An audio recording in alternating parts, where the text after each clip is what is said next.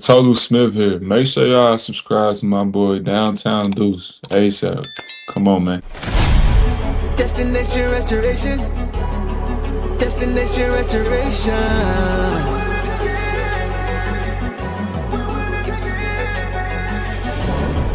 Destination restoration. Destination restoration. It's our time. Can you feel the elevation? We on a mission on vacation. Time to create the separation. Championships and motivation. 313 need no explanation. Miss me with all that conversation. We ready for the confrontation. Counting down to our destination. The final destination. Together all the time together. It's us against the world, it don't get no better. We turned it around, that was the beginning. Coming for the crown, you know we winning. Time to put in the work, I'm about to go for steps. Taking our prisoners, it's my time. Yeah, I know that it hurts. Tearing back on the church, you don't wanna see me in my prime. The mission is to ring, we're caught in everything. In the city, supporting the dream. Vision new I never seen, we deserve to be king. It's all or nothing, no in between. The clock is ticking and I hope you're listening. Don't touch me cause I'm sizzling. Physicality is tipping and mentality is been insane. The doggone body's crippling. Now the clock is ticking and I hope you're listening. Don't touch me cause I'm sizzling. Physicality is tipping and mentality is been insane. The doggone body's crippling. Feel the elevation. We on a mission on vacation. Time to create the separation. Championships and motivation. 313 need no explanation. Miss me with all that conversation. We ready for the confrontation. Counting down to our destination. The final destination.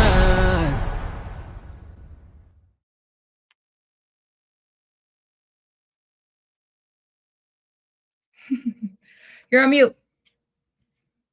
Probably a good thing I was on mute. Yeah.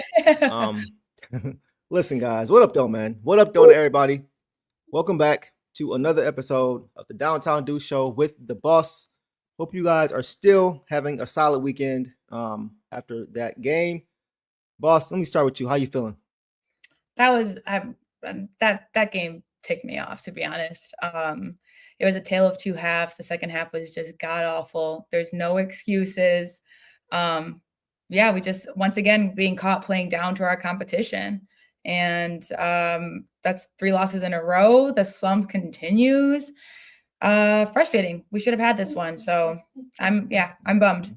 You know, I was really expecting to come in here and have an entirely different conversation for tonight's show. Yeah. I had a lot of notes. I had to delete a lot of them because a lot of them that I had early don't even matter at this point. Exactly. So chat, we see you guys in the chat, man. We appreciate you guys still showing up, still showing out, showing support after this tough loss the Pistons had, which we'll get into. But we see you guys in the comments.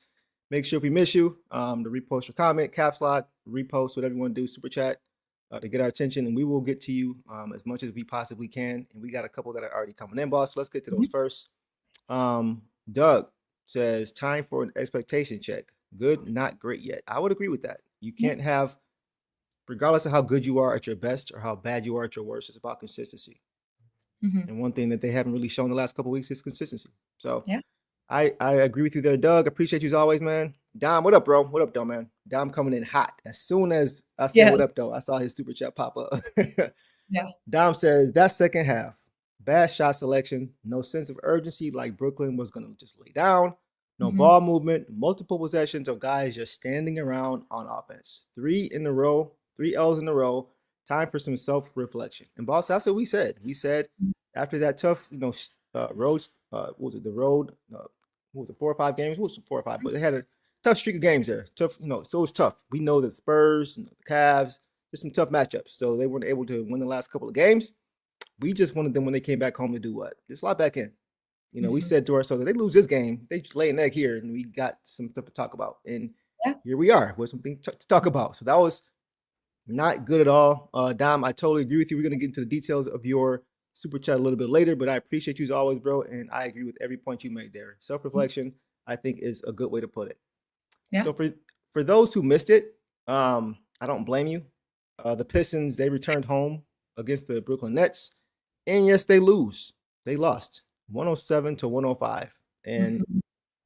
the 10-game losing streak the Nets had was snapped. And the Pistons, as you mentioned, boss, their losing streak now extends to a season high 3. First time all year they've lost 3 games in a row. And then now dropped to 45-17 on the regular season. And like I said, I thought I was going to be able to throw the shades on. I thought I'd Yeah. be able to sing the song. I thought, Yes. good mood, all that stuff. But nope, not the case, man. So the Pistons hopefully learn some things from this. Some things we're going to talk about that we've already talked about all season long. But we'll get to Yes. that. As far as the injury report, Kate was out, left quad contusion. Probably good for him to get some rest. He's day to day. Asar was also out. Coach actually had some things to say about that regarding his status. So before we go any further, let's check that out. AT, I think, is going to be a minute just from where, the ankle sprain was and what happened, how he was moving afterwards. Deuce, I think, will be more day to day. So we'll just keep an eye on him, see how he responds and how he recovers. But hopefully it's not a long-term thing. So it sounds like Asar may be lost for, I would imagine, a week or two, maybe a little bit longer, depending on the severity. I'm not sure if it's a high ankle sprain or what, but from what he said, no timetable. He's probably going to be out for a little minute. So the Pistons are going to have to get some things done without him. And we'll keep you guys posted once we get some updates on that. And then lastly, Ron Holland, who got smacked in the face by Wemby, he actually shook it off and returned to action tonight as well. That was great. The Pistons, with those guys out, went with the starting 5 of Danis Jenkins, Marcus Sasser, which was surprising. Duncan Robinson at the 3, which was also surprising. Tobias at the 4 and JD at the 5. And it was nice to see Sasser get some bump in his game, get an opportunity. I don't think any of us had that starting 5 as their prediction last game, but it was, nice to see him get an opportunity. As far, guys, as the poll, I had to change the poll a few minutes before we hopped on because I thought it was going to be a belt poll, but unfortunately not. Tonight, guys, it's a reason for loss poll. So we're going to post that now, and you guys can have at that as far as to why you guys thought the Pistons dropped this game, boss. So with that, I'm going to let you tee off on your initial thoughts. You kind of hit on some things, but I'm going to let you kind of do your thing, and I will tee off after you say your piece. Yeah. Well, first of all, I just want to get to, there was a super chat up here. That one came through? Okay. Real quick. Yeah. All Ball Knicks pod is dragging us right now. It's like fans all over the world calling Detroit frauds. Okay. I don't care. The Knicks versus everybody. I know some of you are in here. I see you. Your guys' favorite thing to say to us when we swept you this season, like, but the postseason is what matters. So take that energy in here. What matters if that's what you want. Regular season doesn't matter. That's what y'all told us. 84-point differential between the 3 games between the Pistons and Knicks this year. Y'all told us it don't matter. Y'all said all that matters is the playoffs, so we don't want to hear it now as far as regular season games, especially against teams that are not you. If y'all beat us in the regular season, then it's a little different. Y'all never even beat us, so I ain't trying to hear that. But go ahead, boss. About it if they have nothing positive to say about their own team right now, but yeah. So it was a okay first half. I did like, we got scoring, a bunch of guys. I think it took like the third quarter or close to the end of the second for someone to finally get in double digits for us. We really spread it out. Threes were hitting. We got a lot of transition baskets. Our defense was good. Except I do think in the second that we did leave, the Nets got too many easy baskets. We left a lot of open on the perimeter. And I saw that happen a little bit in the second half as well. The second half was just completely different. We went on 2 scoring droughts, the third and the fourth, of like about 5 minutes of just no field goals. And we can't be letting that happen. And this team is a deep team, and we talk about all the time. We talk about how good our bench is. So there's kind of no excuses for different lineups. This would be a different story if like Kate and the Star were available and we lost. It'd be even different. But this was probably the worst loss of the season. Every team has one where they get a comeback. The other team comes back to win it. Every team has a game like that. Do you feel like this was worse or the Wizards game was worse? This one? This one, absolutely. The Wizards were kind of back up, like we were up by a lot, and I just feel like we just really let it. We didn't go on as many biggest scoring droughts with the Wizards. So I would say that this one is the worst, and it comes at a really inopportune time. Like this is our first 3-game losing streak. Of the season. That's crazy. First of all, I mean, like that's crazy in itself, but it was just not good. And this was supposed to be a game that we could, finish out, close out. I mean, there were things even when we were up by double digits, there were things I didn't like that I saw that we definitely would have gotten to. But now, some of those things that I didn't like just continued throughout the game, like a lackadaisical defense, like, not some careless turnovers, like little things like that. So yeah, the Nets, props to them. They're young guys, especially. I know some people were like MPJ had 30, but he was really bad. he got a little bit. Save that, because I want to get to him later. I want to get to him later as far as what you thought and like, what everybody else thought. But yes, hold that thought. Yeah, sharp. They all good, and they took advantage. They were on a 10-game losing streak, so they got it back. But this was not it. It just sucks. Tomorrow we have the Heat and kind of an earlier game. 6 p.m. Eastern, so they're traveling tonight, and we'll see how they fare about that. This was supposed to help get us out of our slump, and all it's done is extend our slump. I've been saying for a few games now, we just need to get out of this slump, and it just keeps going. So I don't think it's. I mean, it's definitely not like it's concerning, but it's a slump that we haven't been in this season. It's just coming up at a bad time, but it's here. So yeah. All I wanted to see, guys, was just the Pistons just tune this as a tune-up fight, if you will, just to lock back in, right, get back to who you are, defensively first, right? Just set the tone, do it for 48, build some momentum. So as you try to get healthy for the stretch run, just reinforce your good habits, play hard, play instinctive on both sides, and be consistent. And you said it, Taylor 2 halves. They did it for one half. They were able to really string some stops together with their defense, get out in transition to score, go up double digits early. It was clear they were the better team despite not having Cade, despite not having Asar. It was obvious. But that's why I say 48. That's why I always say 48, because in the second half, the Pistons were just priming their food and playing with their food and just playing around.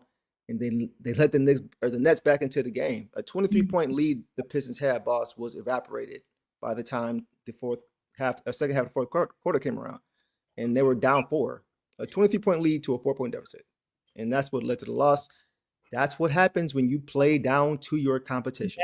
They need to start approaching every game. We've been saying this all year. Approach every game the same way, every quarter the same way, regardless of who you have available and regardless of who's playing on the other side.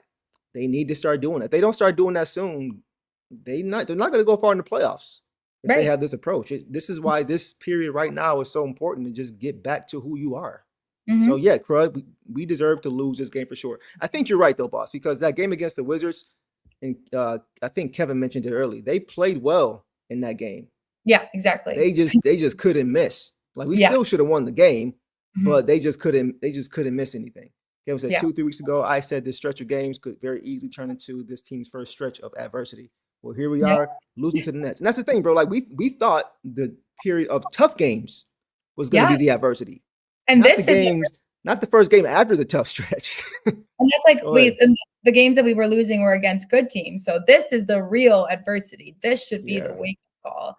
Exactly. And yeah, it was, it's hard because we definitely want to go as far as we can this year. No one was expecting us to be where we're at. So it's like, take the good with the bad. But if we, want to if we want to win a playoff series, we need to be able to figure out how to overcome some of these late game slumps and scoring slumps. And, but yeah, it was definitely more of like playing down to the competition, like you said, and just kind of, there was like a brief period in the second where I was like, we really look like ourselves out there again with there's a lot of transitions, a lot of stops. And I think Michael said it earlier too. I didn't even love the way they were playing then, but we were still up by a lot. Yeah. And so then we just got worse, and the Nets were able to just find it in them to get some shots in the end. So yeah, even despite it, even late, the game was still very gettable. Like it wasn't like they erased the lead in like a 4 or 5 minute span of bad play. Like from the beginning of the second half, they didn't look the same. And it was just ever so gradual. They allowed them to just chip away. And it wasn't like they got hot late. Like it wasn't like the Wizards game. That's why I say I agree with you, because they still missed a ton of shots. They still didn't get a ton of calls. Yeah. Late in this game. And the Pistons just refused to put the game away. They refused to it's almost like they were conserving their energy for tomorrow night's game against the Heat. Maybe this was a trap game. Who knows? Yeah. But you saw at times them locked in defensively, rotating, getting out to guys, closing hard. When they closed too hard, you saw the defensive help come on the rotation come. Second half, they were just jogging sometimes. They weren't really moving. They weren't even really moving with intention in the second half defensively. Offensively, I don't even care about as much. It's just the defense. They just weren't playing great defense at all in the second half. The offensive shot selection could have been better, sure. But we've won so many games on the back of our defense despite what the offense is doing. So for them to be this complacent this late in the season against teams that they are not, that shouldn't have any business even being in the game, that's the frustrating part. When you see the Pistons just dominating this game in stretches, that's what makes these kind of losses hard, because it came down to effort. Yep. It becomes ever so clear this game was about effort and the lack thereof. Yeah. So that's why this may be probably the worst loss of the season, because it was clear. There's no reason. They had no business even being in this game, let alone winning it. Disappointing, man. Disappointing. Yeah.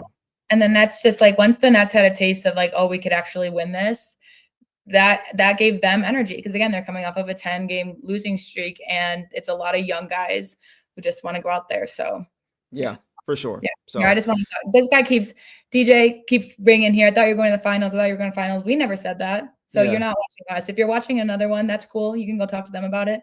We said that our goal from the beginning, I've been saying I'm excited for our team to win a playoff series, as I absolutely think that they could. But also, speaking of, hopefully your Knicks can get to the finals for the first time in.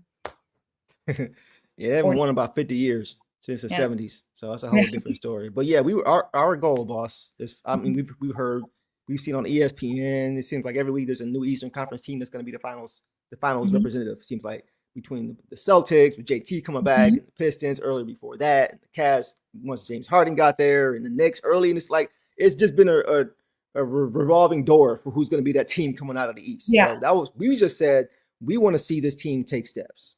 Yeah. Right? No team goes from not winning a home game to winning the finals. It doesn't work like that in the playoffs. You got to take your steps. So for me, if we get past the first round and are at least competitive in the second round and play to our identity and we lose, it'll be disappointing, but I can accept that. But that's not going to happen if they keep playing like this. Yeah, exactly. That isn't to take away from tonight's loss. It's just to address that a lot of us definitely do see that this is an evaluation year. I mean, if the Knicks don't win this year, they've got a lot to consider. They have to. Their team is getting older. The Celtics team is getting older. Like, we are a very young team, and we are all on the same page of what needs to be added to this team for us to succeed going forward. So hopefully, we don't want games like this, regardless of what our goals are, regardless of what it is. If we're the better team, which we are the better team than the Nets, then we have to prove that to them for the whole 48 minutes. Yeah. DJ Crail says, respect to y'all, because the Pistons fans on Reddit I don't really mess with Reddit like that. I know Boss kind of observes at times on Reddit. I try to stay away from Reddit. We try to be as objective as possible when we talk about our team. I like the discourse. Yeah, because the Reddit does give you, different perspectives. So that's why I do like that. But of course, on both sides, I mean, you'll see, every team has their crazies. Every team has their Yeah. Don't judge us off of one person or one platform, nothing like that. We're gonna give you that real, bro. So we appreciate you guys showing up. Another super chat, boss. Let's get to this now before we get into some box scores. Chris got the munchies. Says, love the show. It's time to have a conversation about Paul Reed getting more minutes in Jenkins. Do you mean Dan Jenkins and LeVert, or do you mean you want to see him get Dan Jenkins and LeVert? So let me just hit on the first part of it. Paul Reed had no business not playing in this game. Yeah, in my opinion. I don't know what, like, I don't know. Like, we made the case before about the two big lineups against teams like Cleveland and teams like the Spurs, where you want to see them. But in games when you got guys missing, like big pieces of your team missing, I think you need to play as many guys who play hard as possible playing. You know what I mean? Like, so we talked about how I think it was last game, Paul Reed, we felt outplayed JD at times, right? Because just he was available and we saw the impact he had in the game. Even though we lost, we still saw the impact. So in a game when you're down guys, I want as many guys who bring the energy and effort, who will keep us from having, at least try to help us from preventing having these kind of lulls. I want to have those guys playing as much as possible. So for him to get a DNP in this kind of game, once again, it doesn't make sense to me. I don't get it. So Chris got the munchies. I agree with you about Paul Reed getting more time for sure. And I agree with that too. I think maybe there was like, because for me, you can argue that we have a back-to-back and maybe he is saving some guys because if Cade needed more time, ideally you would hope that if we won today and then he could have tomorrow off. I don't know what if that will be reevaluated, but since the second, like, it's not like we went down early. Like Paul Reed could have played 10 to 12 minutes and been really helpful out there and not had to expend a bunch of energy. So yeah, that didn't make much sense to me. I think I would have liked to see Chaz as well. And then also he's saying and Jenkins and LeVert, probably just their little slumps that they're in as well today. I don't think that this goes on any one person. There were a couple of players that did well, and I think that LeVert was one of them. When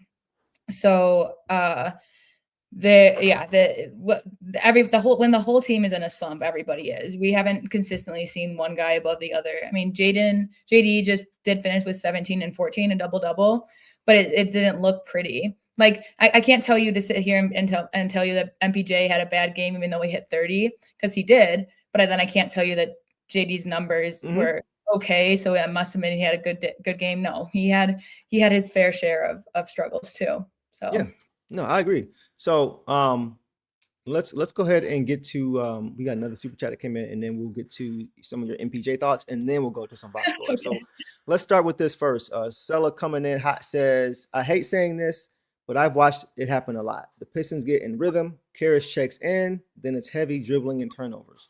The team ends up scrambling just to get the momentum back. Very disappointing. I'm gonna let you tee off on this first, boss. What were your thoughts? I know you thought Karras played pretty well. How do you think that kind of resonates with what Sella's saying here? Well, Karras only had one turnover today, and he did great on defense. He also only had one assist, but I think he was connecting pretty well with people too. He started off, he had a good first half, and then we didn't see him a lot in the second. We didn't see him a lot, right? Yeah. We only had him for 16 minutes. So Karras, I know people love to blame him for momentum, but we can't say that he comes in and kills momentum when we've been talking about how we have slow starts and he's not in the starting lineup. So that's true. I don't think he was bad. But I agree with you. Go ahead. But it's just the easiest way. He dribbles the ball, the air. Yeah, he's a dribbler, guys. But he does do that. Right? Yeah. But yeah, because then people will say that we need MPJ, who did get 30 points again, but that man dribbles. Did you guys hear George Blaha's discourse about it? Yeah, go ahead. Take off on MPJ.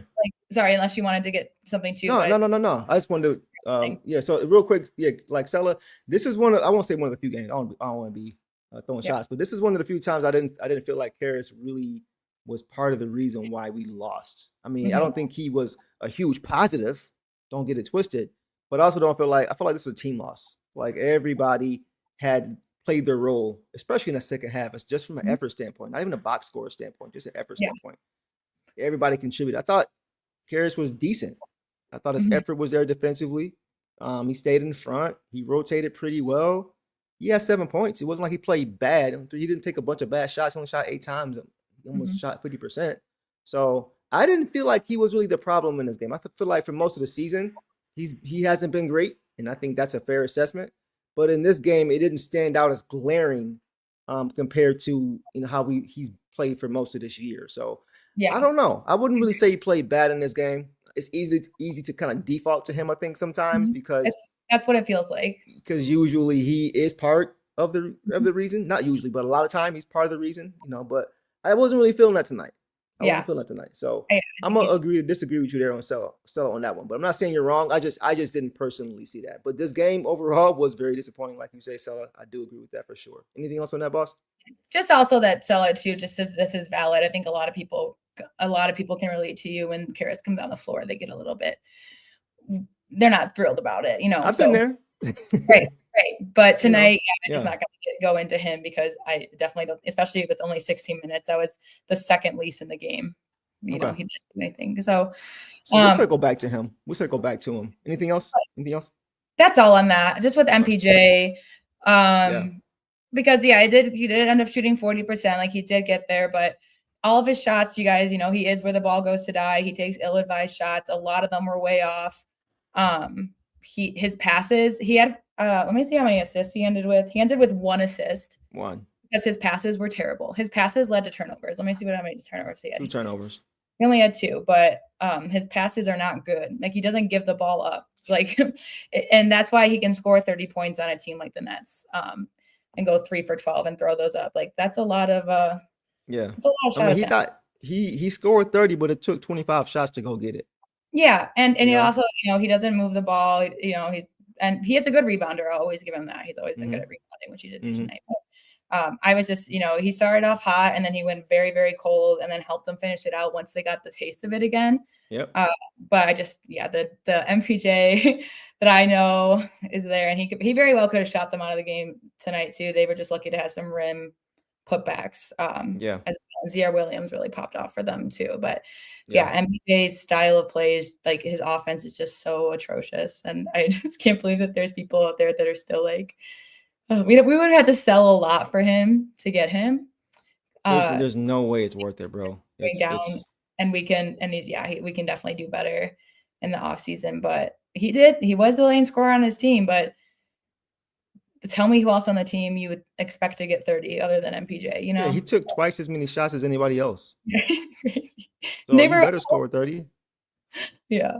But my thoughts, like all jokes aside, my thoughts on MPJ is what George Blaha said. He said, in quote, I'll never take a guy, I've never seen a guy take so many shots that had no chance of going in. Yeah. Like, bro, George low-key roasts people like in the most subtle way that people, because he says it so genuinely. I've never seen but it's when you really listen to it, it's like he over there taking shots. He been doing this for a little minute. He knows how to get away with doing it. Just throwing little road shots would have not been obvious. And then Greg followed that up by saying he's getting the shots, but he ain't getting the wins. And unfortunately, he did get a win. But the point was just that, he's a high volume shooter and he can get hot sometimes, but his shot quality is terrible. It's terrible. And that's one of the reasons why I didn't want him here, boss. We just spent. He refuses to give up the ball, even if it's a bad shot. He won't. This team wins by committee. Yeah. Right. We move the ball movement, player movement. That's what's encouraged. It's a black hole. When he gets the ball, do not expect to get it back. It's literally black. No shot is a bad shot in his mind. You're not listening to us. You're not listening to us. But that's the thing. I'm not even gonna pay that any attention. Because at this point it's trolling. But that's why, like, because early in this game, the Pistons are moving the ball, sharing it, all these different things. But that to me is different between a guy like MPJ and a guy like Trey Murphy. Because Trey Murphy is a very willing passer, right? And he's just as skilled, if not more offensively skilled than an MPJ. But he moves the basketball. He's not a selfish player. He doesn't take bad shots. That's why he's always shooting better than 45, 50% every game. But with MPJ, ain't the case. He's just going to continue to chuck it. And that just wouldn't work here. You guys, I do agree that we would love to have a shooter that can put up 30 for us, put up as many points as he does for the Nets to do that for us. But it's not MPJ. Aim higher. He's working in the system because of that system, not because of ours. He's not a team player. If Jokic wants to move off of you, bro, you ain't got to tell me nothing else. Yeah. But I just had to address that, because there's so much discourse. No one listens to me about why we shouldn't bring him in. And if you watch that game, if you genuinely watched that game and thought that he did well, I don't know what to tell you. It looks, it was a recipe. Like, that's the thing I was bothered by, is that they had Duncan Robinson guarding him too. Like, that just makes it easier. Like, if Asari's playing in this game, he's not doing that, bro. That was bad. It's not happening. If Cade is playing in this game, it's not happening. Like, so it made it was just worse. It added insult to injury because Duncan got foul trouble early. Yeah. He's not a really good defender. So it's just like, it just kind of was a perfect storm for him to be able to score a ton of points. He gets a bunch of shots and he was being guarded by, we were missing our best defender. We've seen Asar shut down and make it tough for guys like Trey Murphy. You know what I mean? Yeah. So it was just like, oh, really? He's not going to play in this game and not MPJ. I'm not falling for that trap.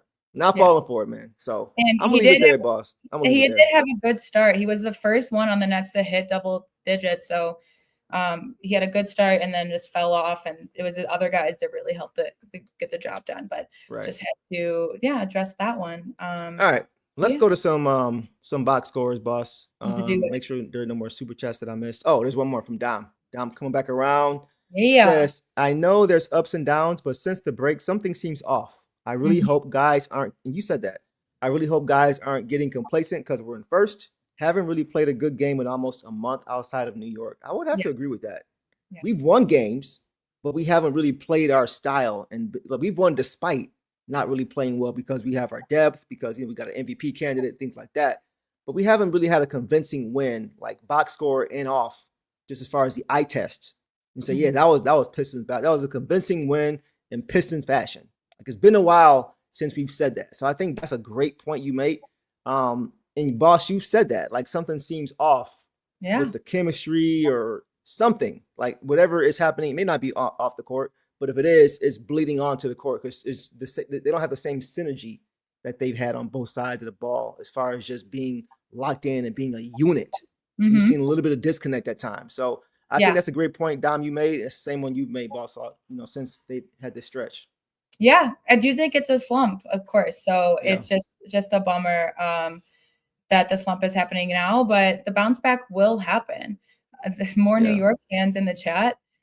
Come talk to me when you're first. Come talk to me when you've got. Don't even address them, bro. It's not even important. You know why they're here. Don't give them the attention. It's so funny. Like it to me, it's just so silly. Y'all not getting my attention, bro. You've got a couple. Y'all could try, but you've got a couple people to pass to get to where we're at. So focus on your team. But yeah, I do agree. I do agree with Dom too. Like something does seem off, and to me right now, I do think it's just like I've said. I'm still sticking by that. I do think it's a slump because even though it's like the worst part of the slump, when I thought that the worst part of the slump was over because we're actually losing. Now like 3 in a row is tough. That's the true definition of a slump. So hopefully. Yeah, we'll see. They definitely need to get it together. They have to. Agree with you guys there. One more super chat just came through, boss, and then we'll get to some box scores. Alan, what's going on, Alan? Alan comes through, guys, and says, do you see the Pistons returning to their midseason form over the final 20 games? Or is it possible that we have already reached our ceiling?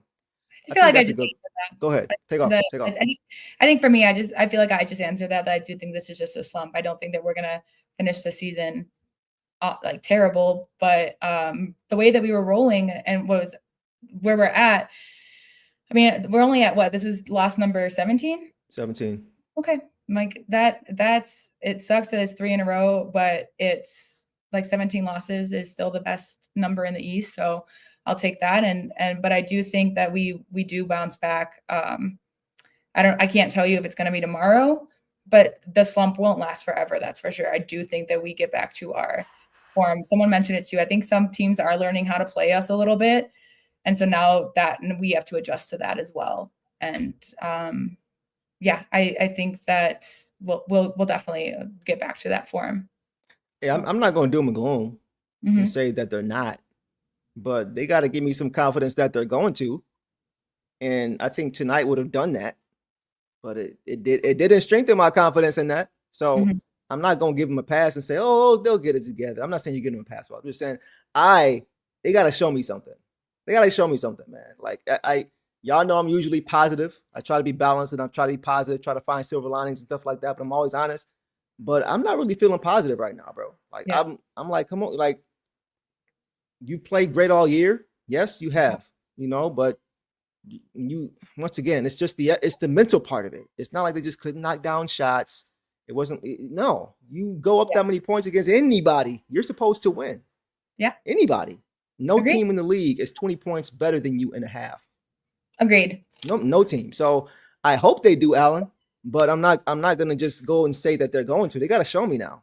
They got to show me something. Like, aside from the last 2 losses, the stretch they had, which was pretty decent, losing to the Spurs twice, first team to sweep them, in the Western Conference all year, first team to, I think, So that part is fine.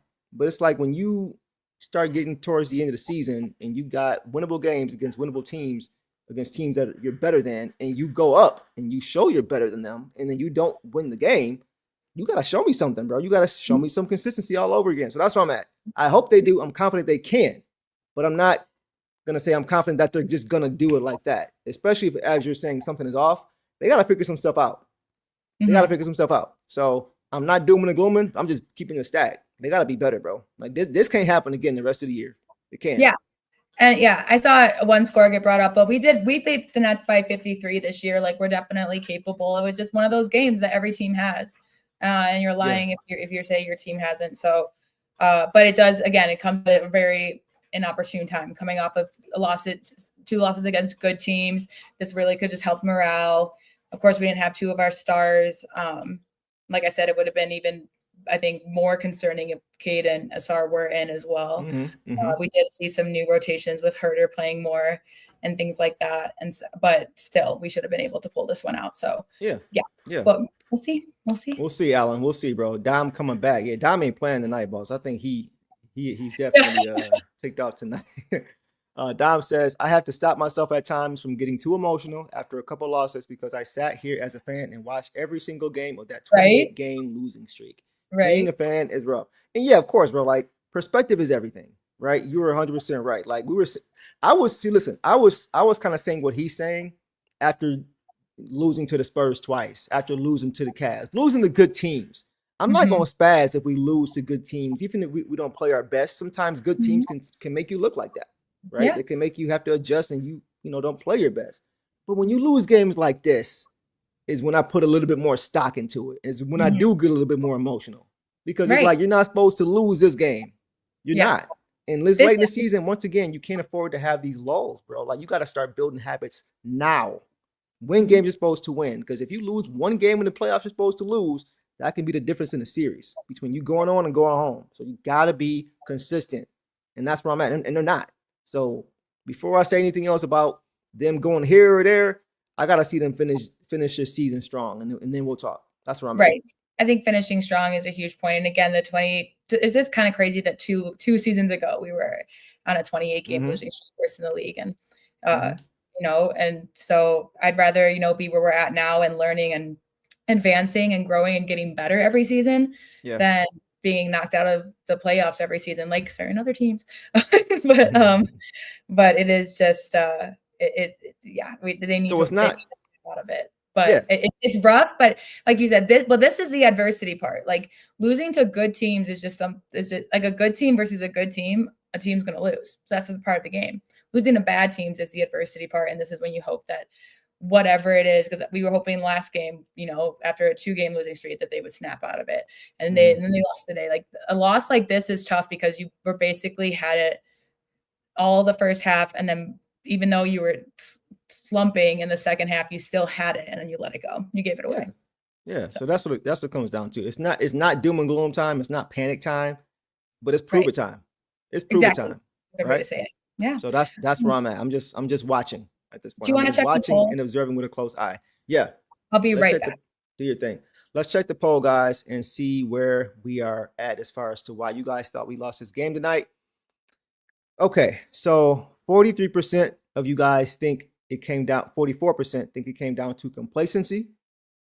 And then 27% apiece for scoring droughts and coaching, and 3% said free throw shooting. So the free throw shooting actually got better in the second half. They were shooting like 60% in the first half. I don't know what was going on. They were just leaving a ton of points on the board. Just guys who don't really miss free throws or missing free throws. Just not taking advantage of being at the free throw line. And I felt like the last couple of weeks, they've been pretty good. They've been in the high 70s, sometimes even in the low 80s as a team, right? So they've been doing a really good job of that. But tonight, once again, it just kind of blended into everything. Their effort kind of fell in it blended into everything. It wasn't just the shot selection. It wasn't just the defense. Even the free throw, it just weren't locked in. Even the free throw shooting was just wasn't really there. But yeah, most people agree, boss, that the complacency in this game is what caused the loss. And if you watch this game, it's not hard to see. It's not hard to see. That's what it was. And that's why we were so frustrated with this loss, because definitely a game you're not supposed to lose. So we'll leave it there, boss. Anything else before you get to some individual box scores? Nope, that's all. Let's get to it, guys. Let's check it out. Let's go to Danish Jenkins. Let's start with him, who got the start for Cade in this game tonight, boss. Danish Jenkins finished with 11 points on 4 for 9 shooting. Misses only 3 for 6 in the free throw line. That's what I'm talking about. Like 3 for 6 from Danish that's not good enough. Like he's been reliable all year, right? Mm-hmm. So we need like the gimmies. We need those from him for sure. 1 rebound. He had 9 assists and only 3 turnovers. That's a good ratio. He had 2 steals as well in 35 minutes. So what were your thoughts tonight, boss, on Tink in this game? Yeah, this was, he had some good there. 9 assists was big. the 3 turnovers, which isn't terrible, but this is when I really needed, Jenkins to step up, and him missing those free throws just kind of showed where he's at. And again, this is a guy that helped us win against the Cavs in our first matchup against them this past month, and he has come in clutch, and we know this, and he's very reliable. Even George and Greg pointed out, like, it's just he's in his own little bit of a slump too. But this is definitely where I was hoping that he would just absolutely, like, 11-9 is nothing to there's nothing to scoff at, but I definitely needed more from him, and he's just a little bit still off. He's in this slump with us, so yeah. I agree too.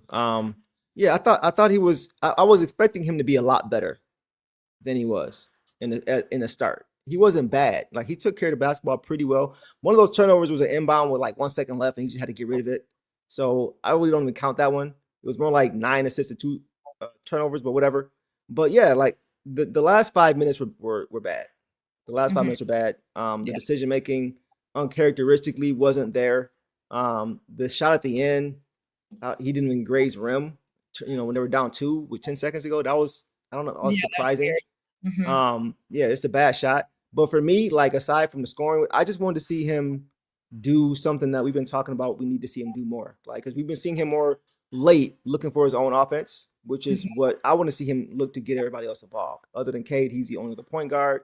So, like the game when he had 15 assists off the bench, I wanted to see more of that. Just looking to be a distributor, a table setter, orchestrator. I thought he did that great, especially in the first half. He was great, I thought. I thought he was really good in the first half. Playing really good defense, finding guys, finding Stu. He could have tried to get in a nice up and under tough finish. He found Stu for a nice dunk, backdoor passes. Like, he was just really doing his thing early in this game on both sides. But he, like everybody else in the second half, just didn't have that same intensity, man. And late in the game, when you got to rely on, trying to get a shot here and there, and they're all the way turned up at the end of the game. Their confidence is sky high. Everything's going to be tougher, right? But he had 6 in the first half, right? Yes. So he only had half of that in the second half, right? So it's not all him. You still got to knock down shots, but I just felt he still has not been to the level that I would have wanted him. I want to see him at. He's still not there yet. I don't know why. I mean, maybe it's because he's starting and not playing with the same guys, and you saw the offense not look like it normally does. But even still, despite that, for him, what I expect, what I've seen him do, I would have liked to see a little bit more from him tonight for sure. Well, that's like, you could tell that he was frustrated. People, have their theories about him getting signed and falling off. He just wanted his money. He doesn't care. Again, we talked about this. The contract is, first of all, a team option, which means that it kind of means nothing. He's got to play well in order to get that second year option. Exactly. Is what she said. Also, you saw him, when he would miss some of those easier baskets or baskets he would usually make, he was animated about it. He was frustrated with himself. He was frustrated on the last play. There was a couple of layups that he didn't get, or I think he got a foul call. And it could have been an and one, but it didn't fall, and he was on the ground. He was upset. Like, he's frustrated in this too. So,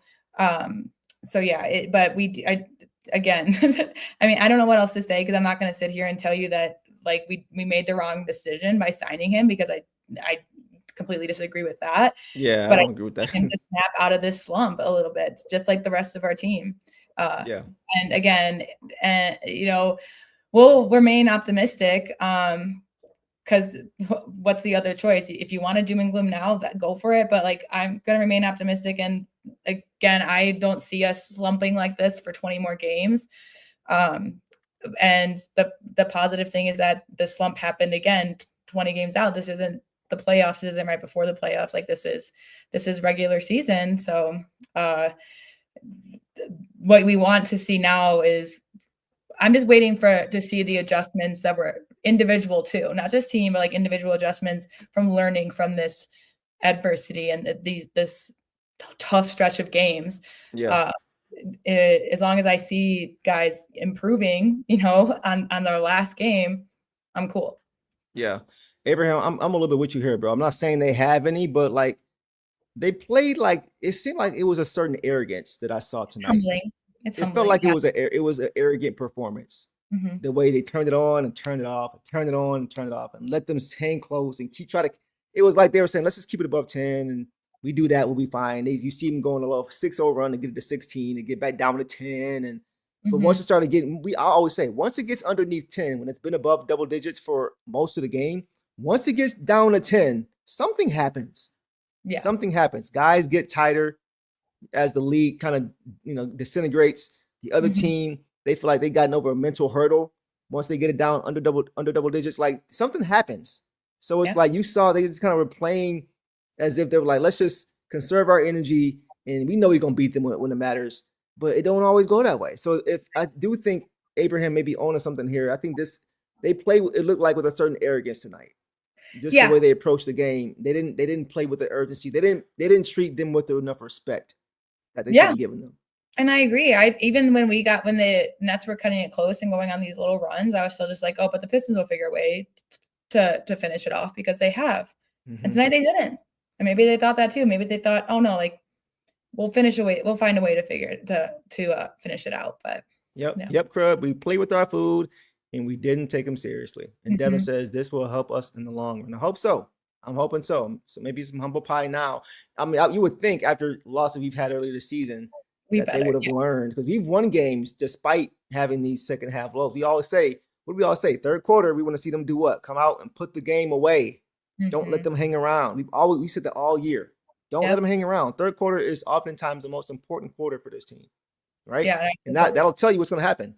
If the lead is cut in half by the end of the fourth quarter, from halftime, I'm not feeling good in any game, because it's just showing you they came out the gate slow. Not saying the other team didn't come out hot, but we're still the better team most nights. So we should still be able to weather whatever storm is coming to us. So when you see that happen, that's when I started getting worried. And I felt like everybody, not just Danis, but everybody kind of contributed to that tonight. And now it's disappointing. So that's all I got on him. Yeah, same. All right, guys, we'll leave it there, man. Let's move on now, boss, to Marcus Sasser.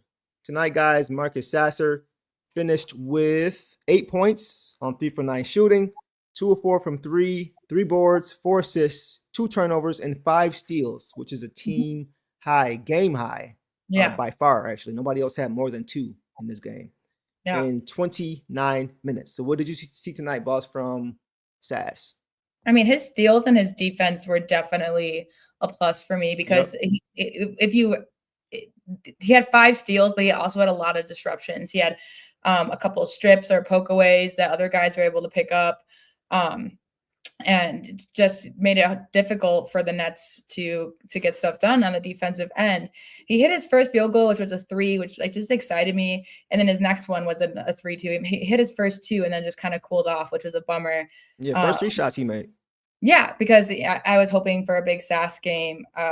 But definitely his steals were a highlight, and just something, especially because I've described him as more of a pesky defender, and he was able to do that against the Nets tonight. I did like seeing him and Jenkins out there together as well.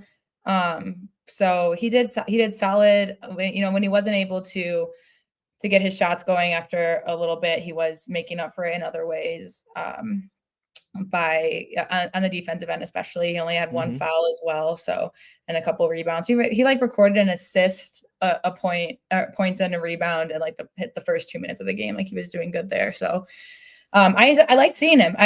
For him to be chosen for the start, I was only surprised because I thought they would more so focus on a 3 or 4, move Tobias to the 3 and bring in Ron or Wu at the 4. I kind of thought LeVert might start because he's been kind of the most consistent first person off the bench if it's not Stu or Ron.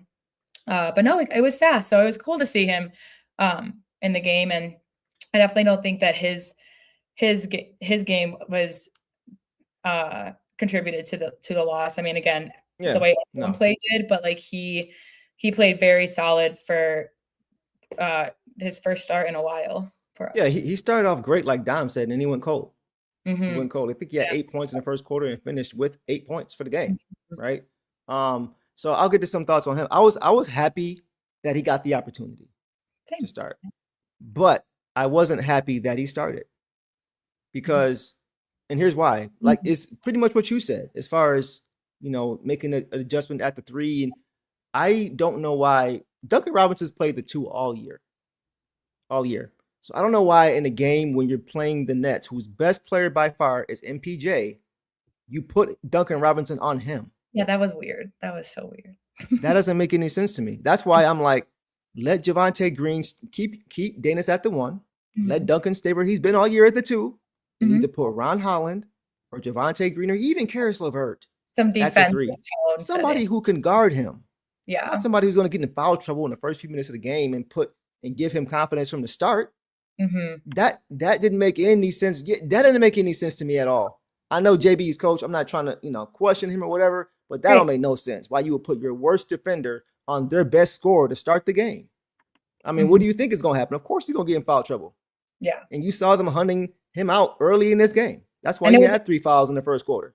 It was a bummer because he had to go out after he hit a 3. He drained a 3, and then he had to go out because of a foul trouble. So yeah. So I'm happy for Sass that he got the opportunity, right? I'm not taking that away. But that rotation made no sense to me. That was, to me, like that's the worst thing you can do. It's for 2 reasons. The first one being Duncan hasn't played the 3 all year. Yeah. The second being their best player is at the 3. so I'm like, why would you do that? So I don't know. But as far as Sass, like he started off great. He started off great in this game. The injury scare was scary when his leg got caught under Day'Ron Sharp, and it looked bad for a second. Day'Ron Sharp was a big dude, man. I want to know so like that was. I was like, Greg was like, oh no, he just kept saying, oh no, and I felt him because like Sass has had to deal with. He's had a rough stretch the last couple years, man. With opportunity not being there, inconsistently, the injuries, him trying to work his way back into the rotation, trying to play point guard and shooting guard and point guard and all the discourse, including myself that I've been involved in with him as far as why I didn't think it would work well for him here right now. All of that. I wanted to see him go out there and be able to ball out. So I was like, man, please don't be hurt. And thankfully he wasn't. Thankfully he was limping a little bit. He probably feel it tomorrow, but it wasn't anything serious. Yeah. At least it doesn't appear to be. So that was good. Go ahead. And I wonder too, that's a good point you brought that up because that's kind of when he went cold. I wonder if he was just feeling off. Maybe. That, and maybe we probably won't see him tomorrow if they do think that he needs to rest it. But I agree because that could have been a knee thing, but also just like props to him because Day'Ron Sharp is big, so he can get. I was like, by his bones were like the fact that he was able to get back up, and then when he didn't do the jump ball, I thought that meant that he still was feeling it and would go out. I mean, he's like 6 foot. No, he's I know, like but 6'9". I just assume I'm trying to say that more, so I'm glad that he stayed out there because I was assuming that you have to jump because it's you, and then we'll call a timeout. That's what I meant. Not like when he didn't do the jump ball, and then I saw that they just continued to play. I was like, okay, okay. So that's just more. I feel that. But you talked about like he didn't shoot well after the first quarter. But he still found ways to still be effective. I liked what I saw. He had a nice strip on. He had a few strips in this game, playing the passing lanes, playing big. I saw him a few times even boxing out 7-foot Nick Claxton on a switch, getting real low and boxing and moving him out of there. Right? We know Nick Claxton's a tall, skinny guy, but Sass is like 6'2". So for him to be willing to get down there on a switch on a mismatch like that and be able to clear him out, that's effort, man. So like my issue with Sass has never been like it's always been size. So tonight he showed that he can still try to get some things done despite being undersized. I don't like those two together starting because your biggest guard is 6'3". I don't like that at all. Along with the other reason of Duncan and MPJ that matchup, but it was kind of weird to me, boss. I'm not gonna lie, it was kind of weird to me tonight. It's like exactly because definitely with the 5 steals and what else he was able to do out there, he still where we wanted the defensive tone set. Like he still set the tone in his own way. But it did feel more like Jenkins is the obvious behind. They actually have Sasser listed as the point guard. Yeah, it was kind of skewed to start the game. They had him they had Danis at the 3. It was something weird. Because you would assume Danis for Cade, and then Sass is a good choice, but it'd be almost like Sass was a good choice if Duncan was out because then you're like Duncan's healthy, so why would he lose his starting position? So it just felt a little bit like JB. Or I don't know, but it's a little tunnel vision of like, well, Sass because he's been doing great, but then you forget who's around there when he's out there too. Because we just talked about even last show about how Duncan and Herter looked good together, even though those aren't 2 guys you would pair up. I think they look better than Sass and Dunk were able to do tonight together. But it was a great opportunity, and I do hope that he's okay. And I do want to see more of him because I do think that the start that he had tonight is something that he can consistently do throughout a game. It just didn't happen tonight. But everybody really pretty much fell off in the second half except for Tobias, I would say. But yeah, that's just kind of that. So hopefully, I'm curious to see if Cade comes back tomorrow or if they Me rest him too. still, because I have a feeling they were hoping to get a win on this one, and then you could maybe afford to rest Cade. But the Heat are always a team that gives us problems, so Cade may have to come back, and then I think that would just eliminate. Well, I don't know. I think it was a rest game for Cade. I mean, it said it was a left quad contusion. I think he was just taking a rest. I think he's been a little tired lately. I think he kind of earned a game off. Yeah, he's been playing this year, so I'm not mad at that at all. So, but I think that's what it was. If Cade comes back tomorrow, does Sass start with him or does Jenkins? Duncan's still there too. I know, but there's no Asar. We still have a missing. I hope they would leave him there. And I see what you're saying, and that's kind of what Dom says. Okay, so that's interesting. So Dom says, wasn't Wu or LeVert that? So who wins the bet? But JB gave Sass an opportunity, but didn't like the position he put him in with that small back. Because we bet again for each other. Because I bet LeVert and you bet Wu. Right, exactly. And we were both wrong. Yeah, that was great. That's what I'm saying. Nobody saw this lineup coming. Like even in the chat, I don't think anybody in the chat had this one last game. If Cade comes back, they might rest Sass anyways tomorrow, depending on how his leg is feeling. Right. So then I could see Jenkins still coming off the bench, and then maybe a Wu or Ron in the start. So. Yeah. I'm still trying to figure that lineup out tonight. It just was a recipe for disaster. Mm-hmm. Okay. So who are you gonna pick who you have tomorrow? Let's just say Cade is at the 2 or 1, Duncan at the 2. You still going Karras 3? I'm gonna go Wu. No, I would say I might say Ron. Okay. Because since Asar's out, I might say Ron. I'll go with Ron, but I also wouldn't be if Sass is still eligible. I wouldn't be surprised if they just keep him in, and put Jenkins back off of Cade. Okay. So. We'll see. But last thing on Sass, I liked his unselfishness too. Like we know he can score the basketball. Chaz. I know, right? Mm-hmm. We know he can score the basketball. But he made some very good secondary swing passes. Where he was just passing up his own shot, which was a good shot for a better shot. Yeah, like he's a team player. Like he straps up defensively. We know he can score, but it just is his unselfishness as a gifted offensive player to be able to move the ball to a guy who maybe isn't as offensively gifted, or maybe who can't shoot as well, maybe around or whoever. Just his ability to just play systematic basketball and just make the right play is what I appreciate too about him. So I really don't have nothing bad to say about him in this game because I thought he played hard. His shot kind of betrayed him, but he's one of the few guys in this game I thought played hard the entire time he was on the court. So hopefully he's feeling better. Go ahead. I have to see what his shots were after the injury, because that just is just something I just connected. But I just wanted to bring you the swing passes. Like one of them was he was right under the rim. It was an open. JD found it was at the top of the paint, and he threw it down to Sass, who had a wide open shot. Well, he had one guy on him, taller guy, and he got it to dunk it in the corner.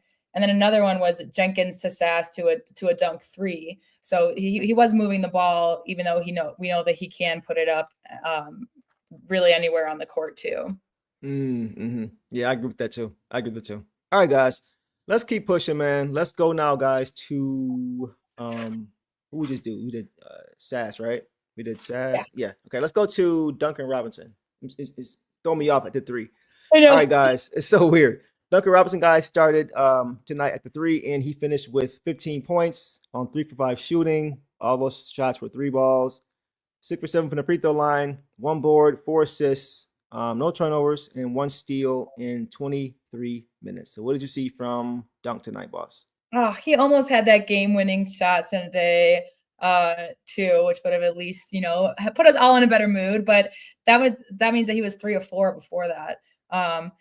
So it's 3-5 overall. He once he started getting going, they defended him pretty well, I would say too. But he did a great job of moving the ball. He also got into foul trouble early, like you said, which it didn't seem like it really cut his rhythm at all, because he was able to get 2 more threes, but it definitely would have been helpful to keep him on the court and get some more offense from him. He had 4 assists, which is tied for second most with Sass.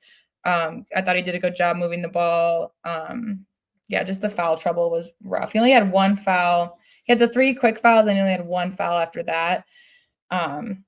but yeah, the assignment for MPJ was kind of crazy, and just because I'm not going to sit here and tell you again, MPJ deserves respect as the best player on the Nets team. So that's where we needed our best defender on him, because he's the one he's their best player. So we would assume that our best defender was on him, but they put Dunk on him, which was questionable, definitely. So didn't love that. Especially when he's a guy that doesn't give it up, so you have to play one-on-one the entire time against him, because he will shoot it. That's what he does. He shoots it. Right. Have to be on him the whole time. You can't, try to make him give it up. You just basically have to make him miss his shot, which was kind of 50-50 for Duncan tonight, because MPJ definitely took advantage of that early, and then his shots weren't falling no matter who was guarding him. But that's how he was able to get the foul calls as well. So 15 points, especially getting yourself to the free throw line. 3 of 5 shooting is nothing. That's a good shooting night. But again, for a guy that we rely on a perimeter, you'd like to see a couple more attempts, I would say. Yeah, for sure. I'm not gonna do this, y'all. We're not gonna do this. Like, we're not gonna start having the pitchforks out for JB. I'm not doing that at all, man. What he's done in these first 2 seasons is incredible, historic. Yeah. So Very few people. As much as I disagree with, and I'm gonna talk about it more because I ain't done. But as much as I disagree with some of the rotations and things tonight, I'm not gonna. We don't do that over one game or over a stretch of bad games. When over the last 100+ games we've been winning much more than we've been losing. We're not doing that, guys. No, we can't have a short memory like that. Let's just wait and see what happens. But we haven't had a coach this good in a long time. Yeah. This team. Oh, yeah. Very good. We're not. The players talked about it. The players, Jalen Duren credits him as the first coach to really help him grow and push him in this league. There's not another coach that you can argue, like, who else would you want then? Because you might say the Spurs have been on a turnaround, but they had Pop last year for a lot of it. And then Mitch Johnson is in. Like, JB. Yeah. and this is where I'm at. Like, Cardenas is I'm gonna point out stuff, right? But I'm never gonna be like definitively like just drawing conclusions. Like, I think Cardenas has some very valid points here. It's the coaching. You can argue the coaching, argue the substitutions, argue the rotations, argue the lack of a timeout late in the game when the lead was dwindling. Right? You can argue that as well. A lot of things you can argue. Maybe he wanted them to figure it out on their own. Who knows? You can argue a lot of stuff, but to say that it's time for him to go, like, for who? For who? Yeah. What are we talking about, man? What are we doing? So we'll leave it there, boss. As far as Duncan, I felt like he just was not with that. I'm about to be honest again. I just felt like he wasn't put in position to be successful. I just felt it just wasn't a good look to have him guarding their best player. Like, we've talked about him getting hunted out all season long, to where they're hunting out matchup. They're hunting him out, where they're trying to get a switch. Right now, he's not even guarding that guy. They're just they're going out of their way to switch to get him onto a certain guy. So it was weird to me to have him just immediately put on a guy who was the leading scorer. Unless they thought that there were switches, but again, Michael Porter Jr. doesn't even create his own offense. He just chucks up whatever he wants. Like, you never go in thinking they're going to switch, and that's why you have him guard straight up. Like, you always force him to go make that switch. So it's like, you can't even think of a time that he was screened tonight. Because MPJ, well, they didn't need to. Yeah, they didn't need to. Because they just went. That was the matchup. So I definitely disagree with that, guys, for sure. 3 fouls in the first quarter. Surprise, surprise. That's what's gonna happen when your worst defender is guarding their best player to start the game. That's what's gonna happen. I wasn't surprised at all by that. So I'm not really even mad at him for that, because it's like he's just not a good defender, especially against great offensive players. Most guys aren't great defenders or good offensive players, right? So, having Asar there would have been huge, right? But having Duncan there made it even worse. So, it's like the last person you pick. From one extreme to the other, right? Exactly. So he did get going a little bit in the second half when he could kind of play a little bit, kind of get off the pine and play. He knocked down some shots. So it was a couple threes he missed late. He was 3 for 5. I think the 2 he missed were in the fourth quarter. He had one from the angle from 3, and then one from the corner. But the one from the angle is wide open. Like, you gotta make that, bro. Like, you have to. And for me, it's once again, like, if you're gonna start, I need you to get up more than 5, bro. He had 4 last game. Like, and it's not like he's playing the Spurs tonight.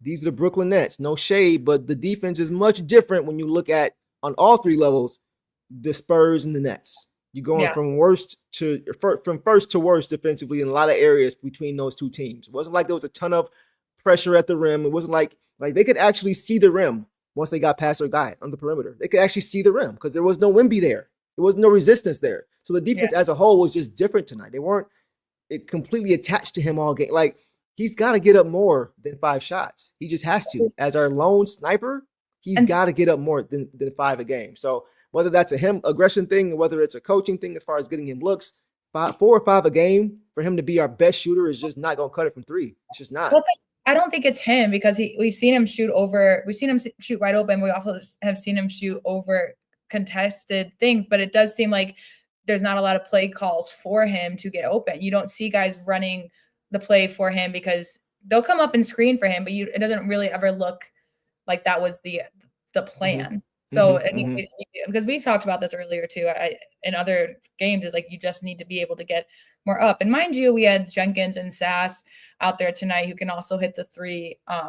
So it was a little bit more spread out there, and they all started early by everybody. Basically got all 3 of them getting it, but yeah, we do need a little bit more there. Corey Plunkett comes in and says, I like what JB said after the game. We didn't respect the game tonight, and when you don't respect the game, this is what happens. And we didn't see the post game because we never see him before, guys. So we come straight here after every game, and then you guys see the shorts we post after the game is over when we're done with here. Mm-hmm. But yeah, like that's what we said, boss. They didn't respect their opponent, and here he is saying we didn't respect the game. That's what it was. The commentator that you brought up earlier, talking about our egos a little bit, talking about being complacent. That's exactly kind of what happened. And I think it got there. I think some of the ego too can be shown in the fact that Duncan was on MPJ, as if they thought that it didn't matter. Got you. Exactly. Got you.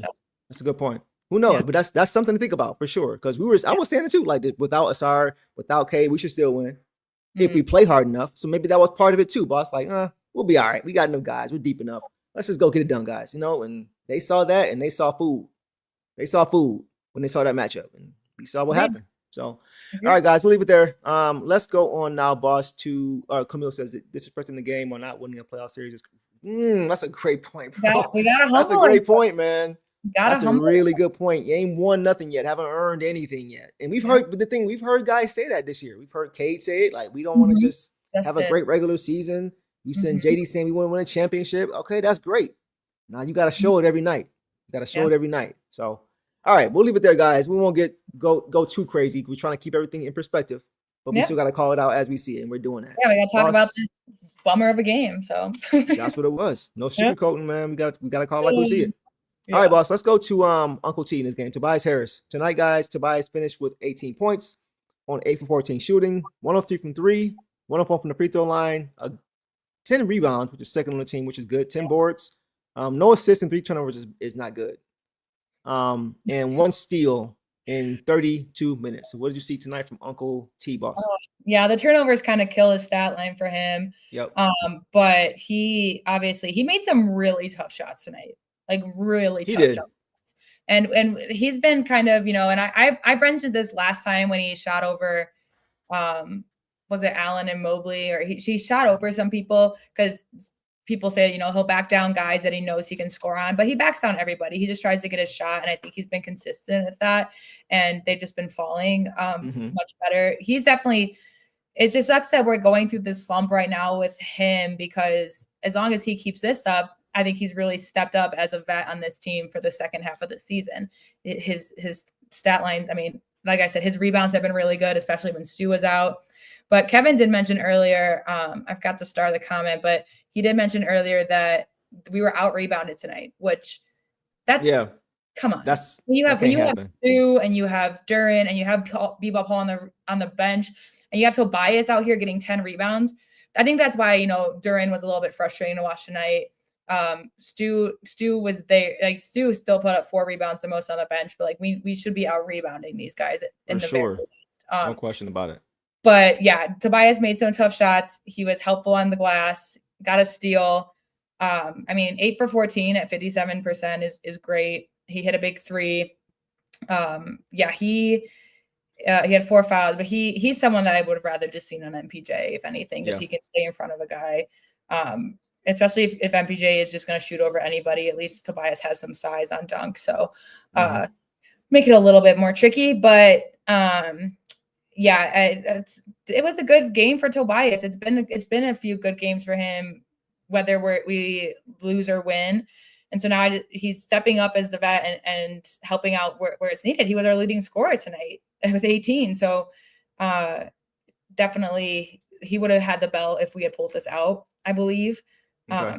So I think they were saying too, the last play that we were trying to get it in, we were trying to get it to Tobias for that reason. And they just guarded him very well, and we couldn't get the shot in. So that was actually right before Clowney. That was a play before Clowney turned it over, which was like luck, and we still couldn't get it out there. But that was crazy. That was wild.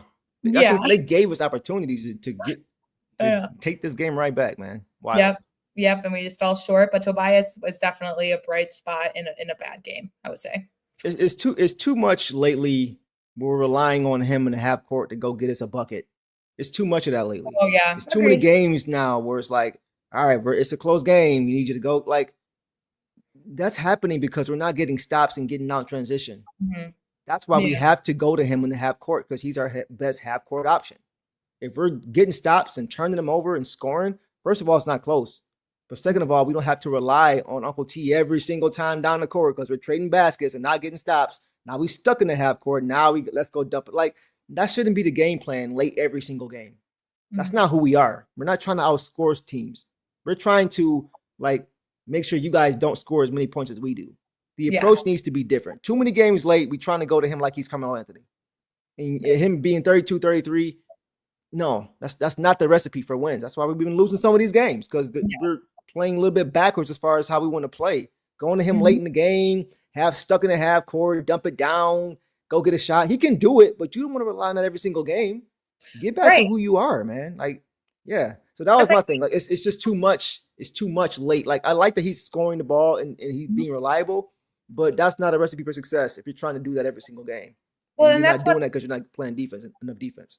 Yeah, sorry, but that's what happened, because we were getting out in transition, and that's what got us our lead in the first half. Like, once we were getting stops and getting transition ball, like that's why Tobias all of his scoring came in the second half when we weren't getting stops and we weren't getting transition baskets. Tobias was helping us clean it up. So you'd more rather him be there, as not as someone to rely on, but more as like a safety net, valve. Exactly. That when we do half court stuff, we know he can get it in addition to our transition. That don't have to keep calling upon him all the time, even if he can deliver, which he has in the past. So, I just think hopefully Tobias, or hopefully the team can start to get again games away, so we don't need to do that out of this slump. So and I think that what we're seeing in Tobias will continue. I don't see a fall off for him, because I think this is also. He's been just like last season too. He's just very clutch in later season games. And that's just what a vet does. So we just hope to take some of the pressure off of him to be able and get it done without having to rely on him getting some shots up. Yeah. 313 Kurt says, if we lose tomorrow and Boston wins, we will only have a 1.5 game lead. Think about that. Yeah, I mean, things can change quickly, man. Like at this, honestly, from what I'm seeing right now, boss, I could care less about the record. Yeah. I don't care. First place. If we're top 4, that's cool. That's where you want to be. But securing first place and playing like how you playing right now doesn't mean anything. We saw last year we had, even though we didn't have home court advantage in the playoffs last year, we didn't win a home game. Right. So if we get first place and we play like we're playing right now, we're not going to win any home games in the playoffs either. And at this point, I don't care about first or second. It's about how we're playing. I'm confident if we're in second place going into the playoffs and we're playing like what we played, before the last 2 weeks of this, the last 2 weeks, I'm more confident that way than playing like how we're playing now inconsistently and we're in first place. So for me, the record really don't even matter right now. But I do want to also correct you. If that happens tomorrow, it'd be 2.5. Not a big difference. 2.5. Okay. We're up 3.5 right now. So it would be 2.5 tomorrow. If we both lost, because it's half a game, guys. A loss is half a game. So just like a win. So if we win tomorrow, we go back up by 4. If they win, then we stay at 3.5 basically ahead. But yeah. So Because the goal is to win a playoff matchup, bro. So like if we're gonna have our first series at home anyway. So and I'm not even.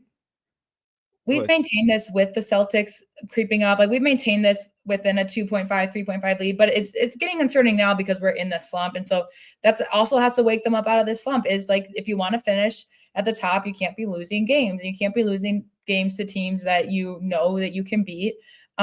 So we do have to, our last 10 is 6-4. And like Celtics are 8-2 and Knicks and Cavs are both 7-3. So one win, from us and one loss from those guys kind of evens up the last 10 almost. So it's just this stretch that we dealt with last year, but the pressure was a little bit less last year because we were just excited to be in the playoffs, something that we didn't expect after 14 games. And now we know that we're going to be in the playoffs and the pressure is just maintaining our standing and not falling low.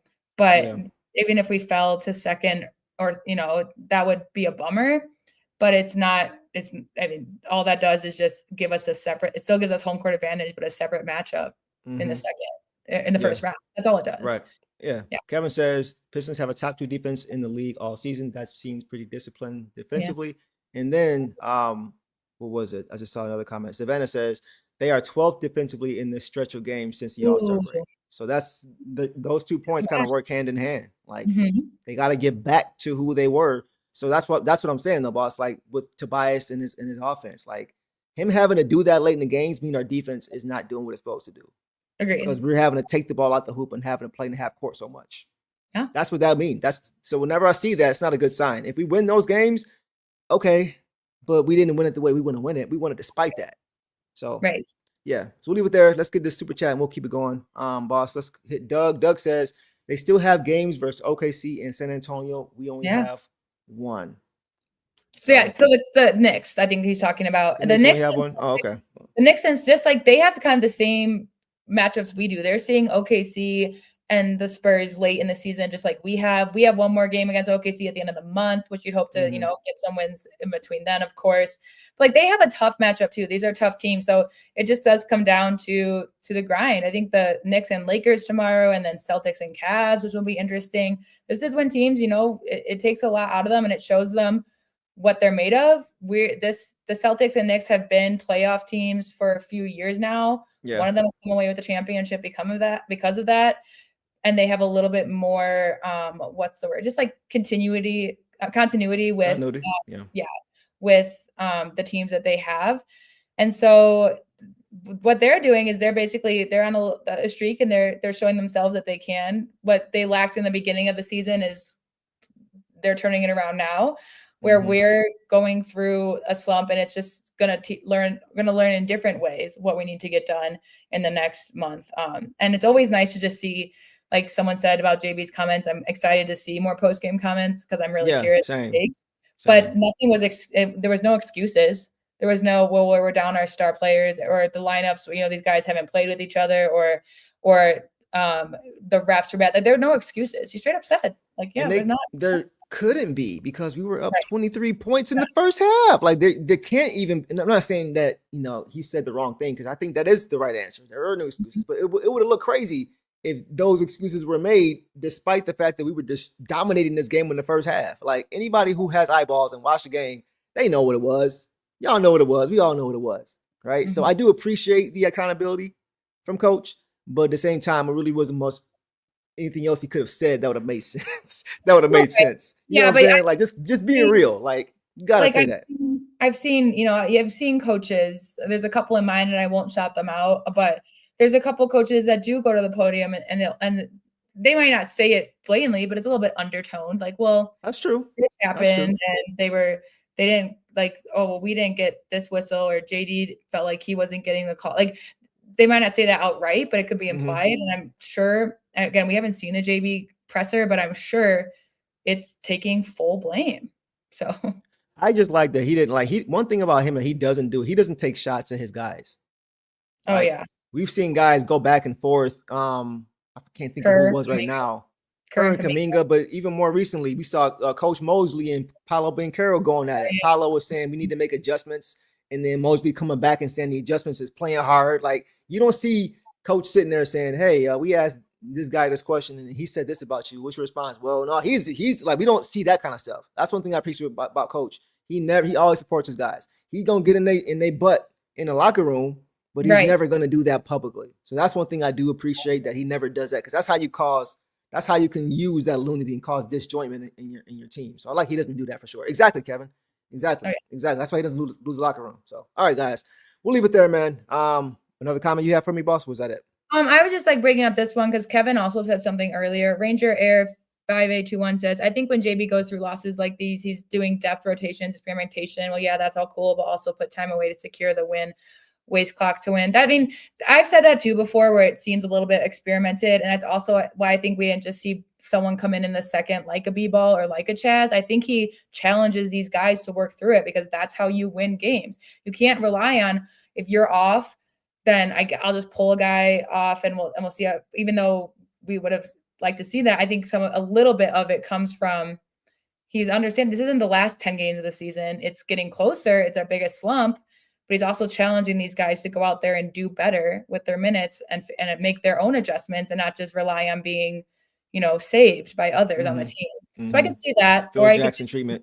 Yeah. So I could see a little bit of both. And it does seem like Coach holds them accountable, and that's why they do like him too. He holds them accountable for their stuff out there, and he's not just gonna he'll pull you if you make mistakes, but he's not gonna he still also is gonna make sure that you are doing like your hardest out there, because this is Paul Reed is someone we still want to see, especially with Stu's back in the rotation. We've been talking about we want the 3 big rotation, right? But right now it just seems like he's kind of picking, who's going in the playoffs. And while Chaz would be really fun to see, Chaz isn't going to be a playoff guy for us. And that's just, and the reason is, and you guys might think, well, why not? He deserves to be. Well, we don't know that yet. He's been killing it on the cruise. He's having a great adjustment year, but we haven't seen him enough to be like, oh, he's the answer to our problems. You don't know when guys get to the NBA or how they play, especially in playoff scenarios, where it's a little bit more intense. I think that's why he's not quick to call on some guys to come save these games, because while the losses suck for our regular season record, he's not going to be doing that in the playoffs. He's not going to just be throwing people in. It's too late in the season. It's too late in the season, I think, for a rookie. That's not even, I don't think, fair to try to, put him in that position. A guy like Herter, maybe because he's been around, been around the league longer, seen it more. But yeah, I don't think we'll see that either, unfortunately. But all right, guys, let's keep it pushing, man. Let's go now to JD, guys, in this game. Jalen Duren, guys, finished with 17 points on 7 for 19 shooting, 3 or 4 from the free throw line, 14 boards, 2 assists, 1 turnover, and a steal and 3 blocks for 4 stocks in 32 minutes, boss. So what did you see from JD in this game? I mean, obviously 17, 14 and 3 blocks. I mean, his stocks have really picked up. The 7 of 19 is bad because that tells me that you're missing a lot at the rim is what it's telling me, because JD doesn't take jump shots. He took a couple, almost had that last one go in too, kind of unexpectedly, 3 or 4 from the free throw line, not mad at it. But his rebounds were split, 6 offensive, 8 defensive. I love that. Only 1 foul.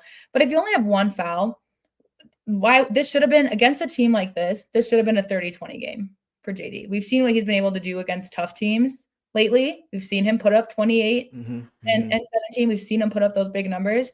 Yeah. So I think that especially when we got out rebounded and he played for 32 minutes, it's not like he played for 25. Right. Foul trouble. Or, yeah. And so, again, not going to blame this loss on him, but this definitely could have – he was aggressive at certain times, but he could have really just shown some of these young Nets guys that he is the best center in the East. So I just, I would have expected a little bit more but we've talked about this. He does tend to play a little bit down to his competition. He's someone that I don't know why, but he just won't allow himself to go out there and get 40 points and 20 rebounds, so. Yeah. In a game when you don't have Cade, like we saw him do in overtime. Who did we beat in overtime? Who was that? Who did we beat recently in overtime?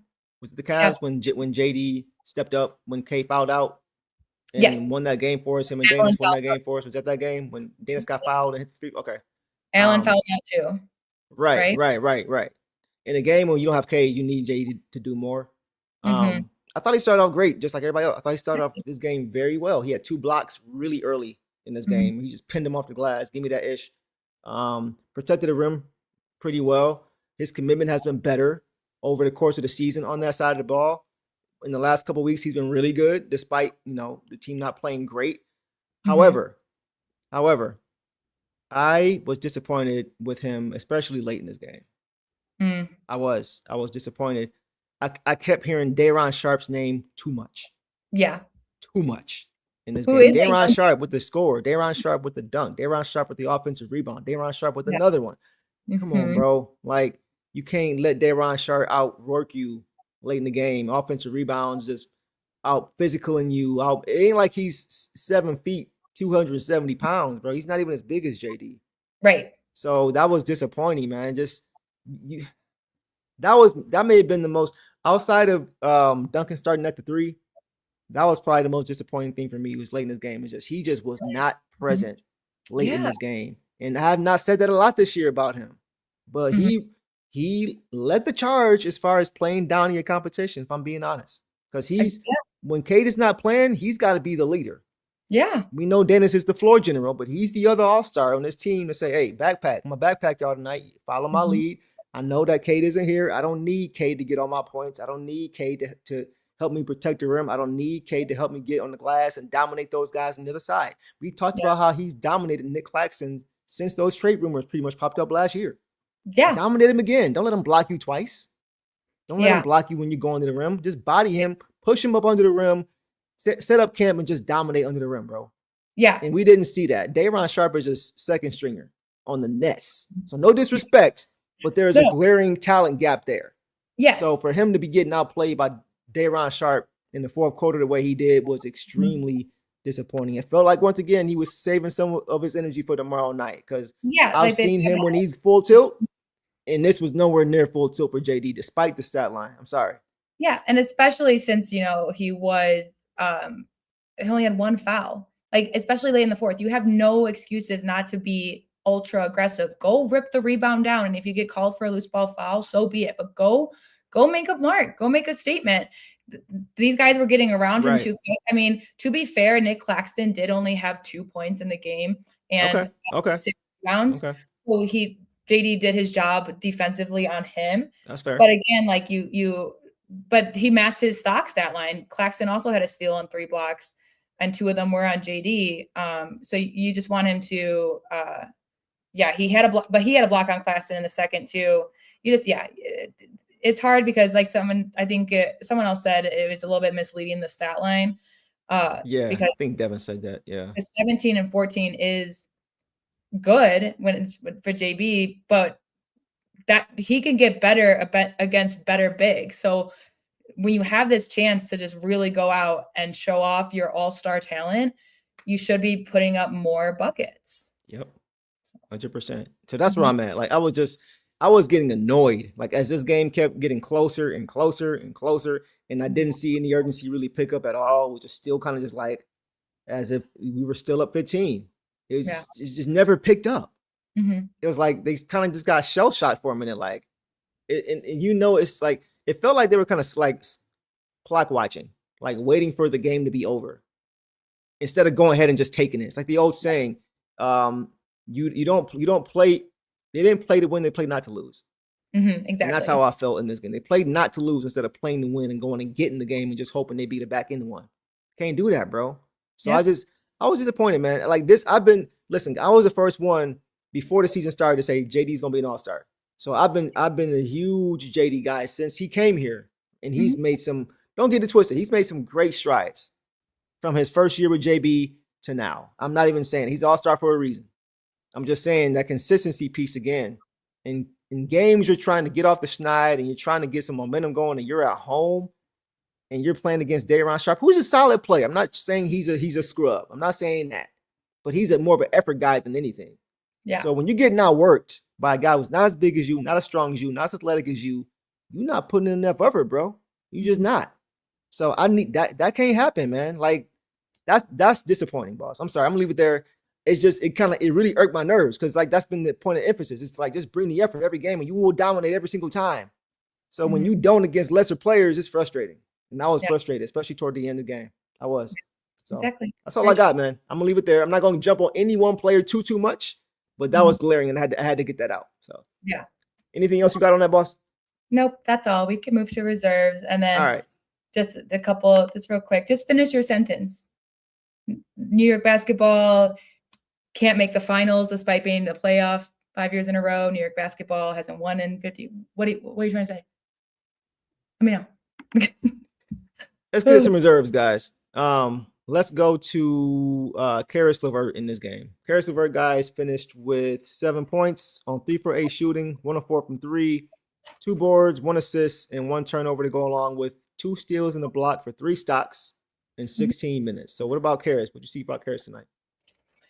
Yeah, so I kind of liked what I saw. He hit his first field goal attempt, which was a 3, and that was promising. He had a strip at the basket after a Ron turnover to get the ball back. He knocked the inbound out of the air. Like, he was definitely had effort out there, and we did only see him for 16 minutes, and mostly in the first and the third. He wasn't brought in to close out, which is now a few games in a row, which I think that kind of goes to show where JB people like to say they don't want LeVert minutes. He's being favorited. He's staying around the 15, 16 mark lately. I think he had 20 the other night, but he's not coming in and clutch like at the end of games. Like, he's in there for specific reasons. And I didn't hate his game tonight. Of course, when you're out there, when you're 3 of 8, like, it would have been nice if he could have had one of those go in, especially because he did start off pretty strong offensively. But again, you could say that about anybody. They all kind of fell off in the second half, but the two steals and a block are huge. So I appreciate that from him. Even the 1 assist is a little bit misleading because he definitely helped create some plays. He only had 1 foul, 1 turnover. So yeah, not a bad game from LeVert, but it would have been just like we said with Sass. If like one more, I mean, Sass had 5 steals, but if we just had one more basket of LeVert go in, it was just he just keeps falling short of like good game. We haven't had that game yet. I'm still waiting on that game. Like, a lot of guys, you could think about a signature game or a couple of signature games. I haven't seen one like just a game where it's just like he just breaks out and just shows us like, okay, there's something there that we can work with going forward in the playoffs consistently.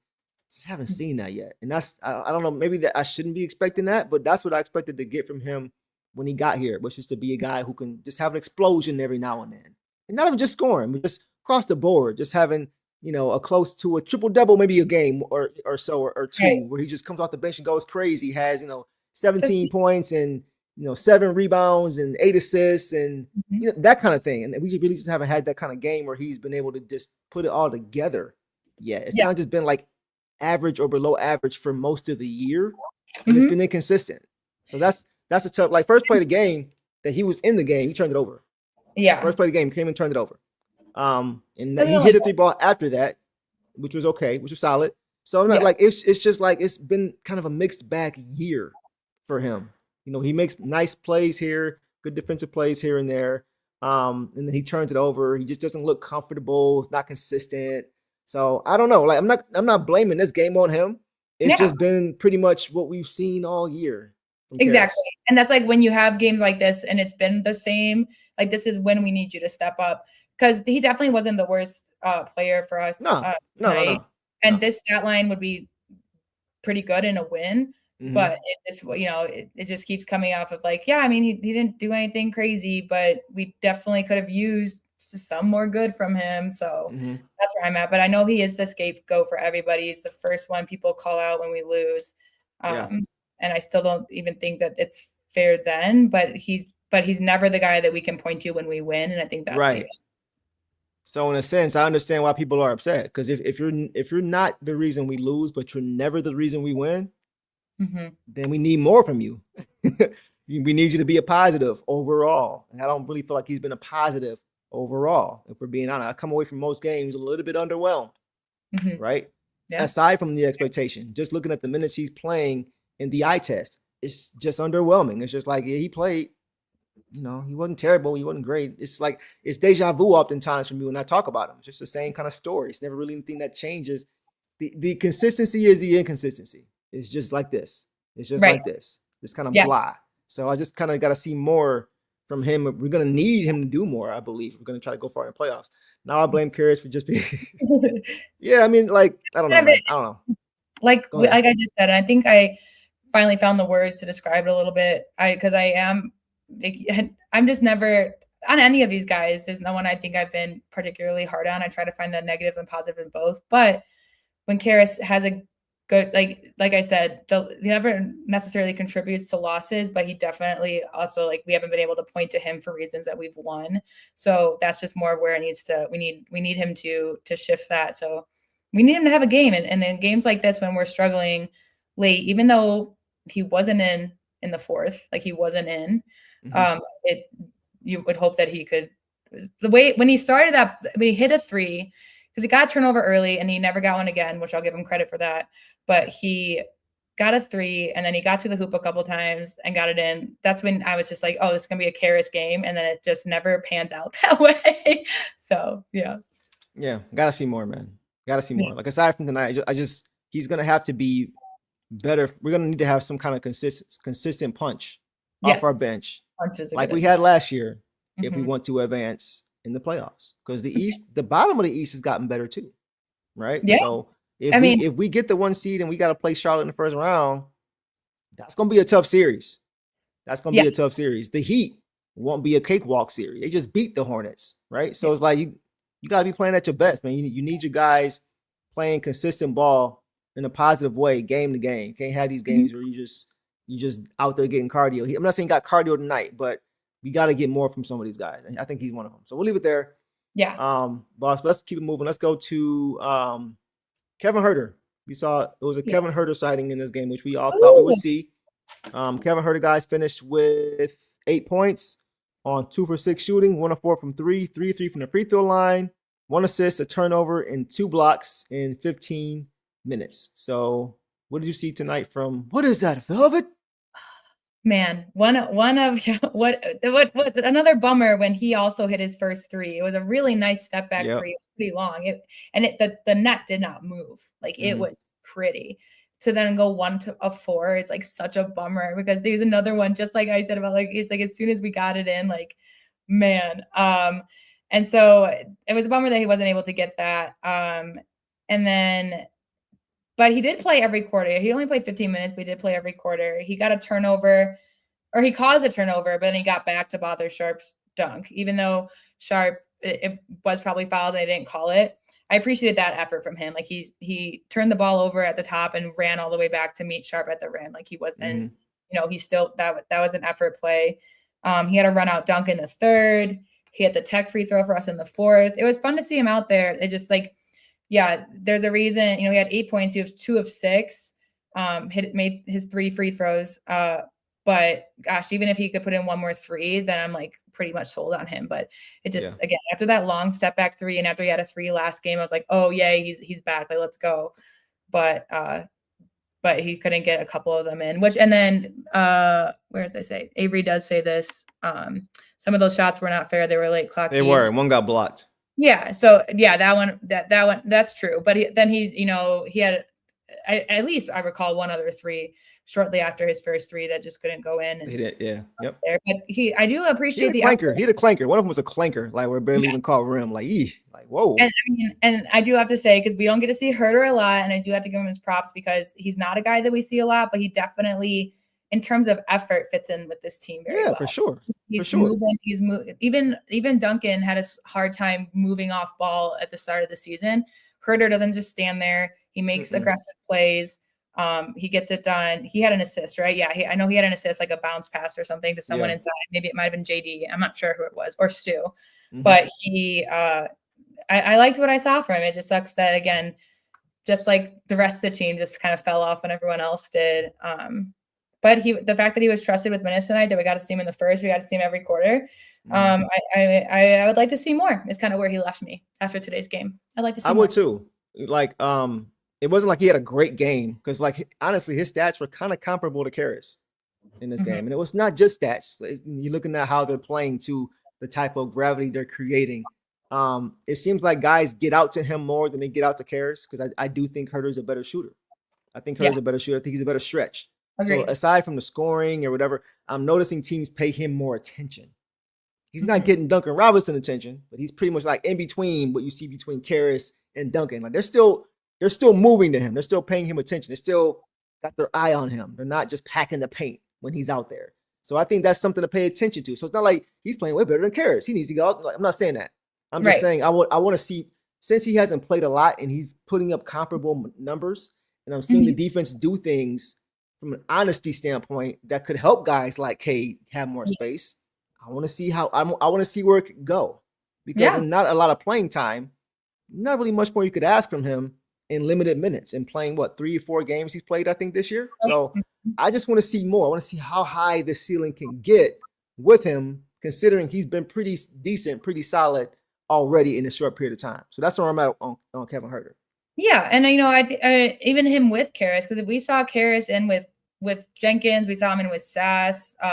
If Huerter and Karras together wouldn't even be that bad, because they both give effort, and obviously Karras I think is the better defender, but then Huerter can be the better on offense, especially with his off-ball movement to give someone the ball for Karras to pass to. So that would be an interesting line. I'm sure some of their minutes overlap tonight. I just don't think it was enough to but I would like to see that. And like we said, Huerter with Duncan was also working last time, but Duncan only played 23 minutes because of his early foul trouble. And it's like Huerter was kind of brought in to help with that a little bit earlier, which is why we might have seen him shortly after LeVert checked in. So we did see him a little bit with LeVert first, but what we didn't see, again, is LeVert in the fourth, and we did see Huerter in the fourth. So there were some adjustments there in terms of what the team needed, and in the second half, of course, we needed stops, but we definitely needed more offense after two chunks of time, 5-minute times in both third and fourth quarter of no baskets. Both quarters. Yeah. Both quarters. I agree. Kevin says, by the way, side note, the Magic just smacked the T-Wolves by 30. That helps the Pistons, because the more the T-Wolves lose, the higher our pick swap gets, as long as it doesn't drop to 19. I think it's like 24 right now because they've been winning. So we need them to lose some more. We need a lower pick.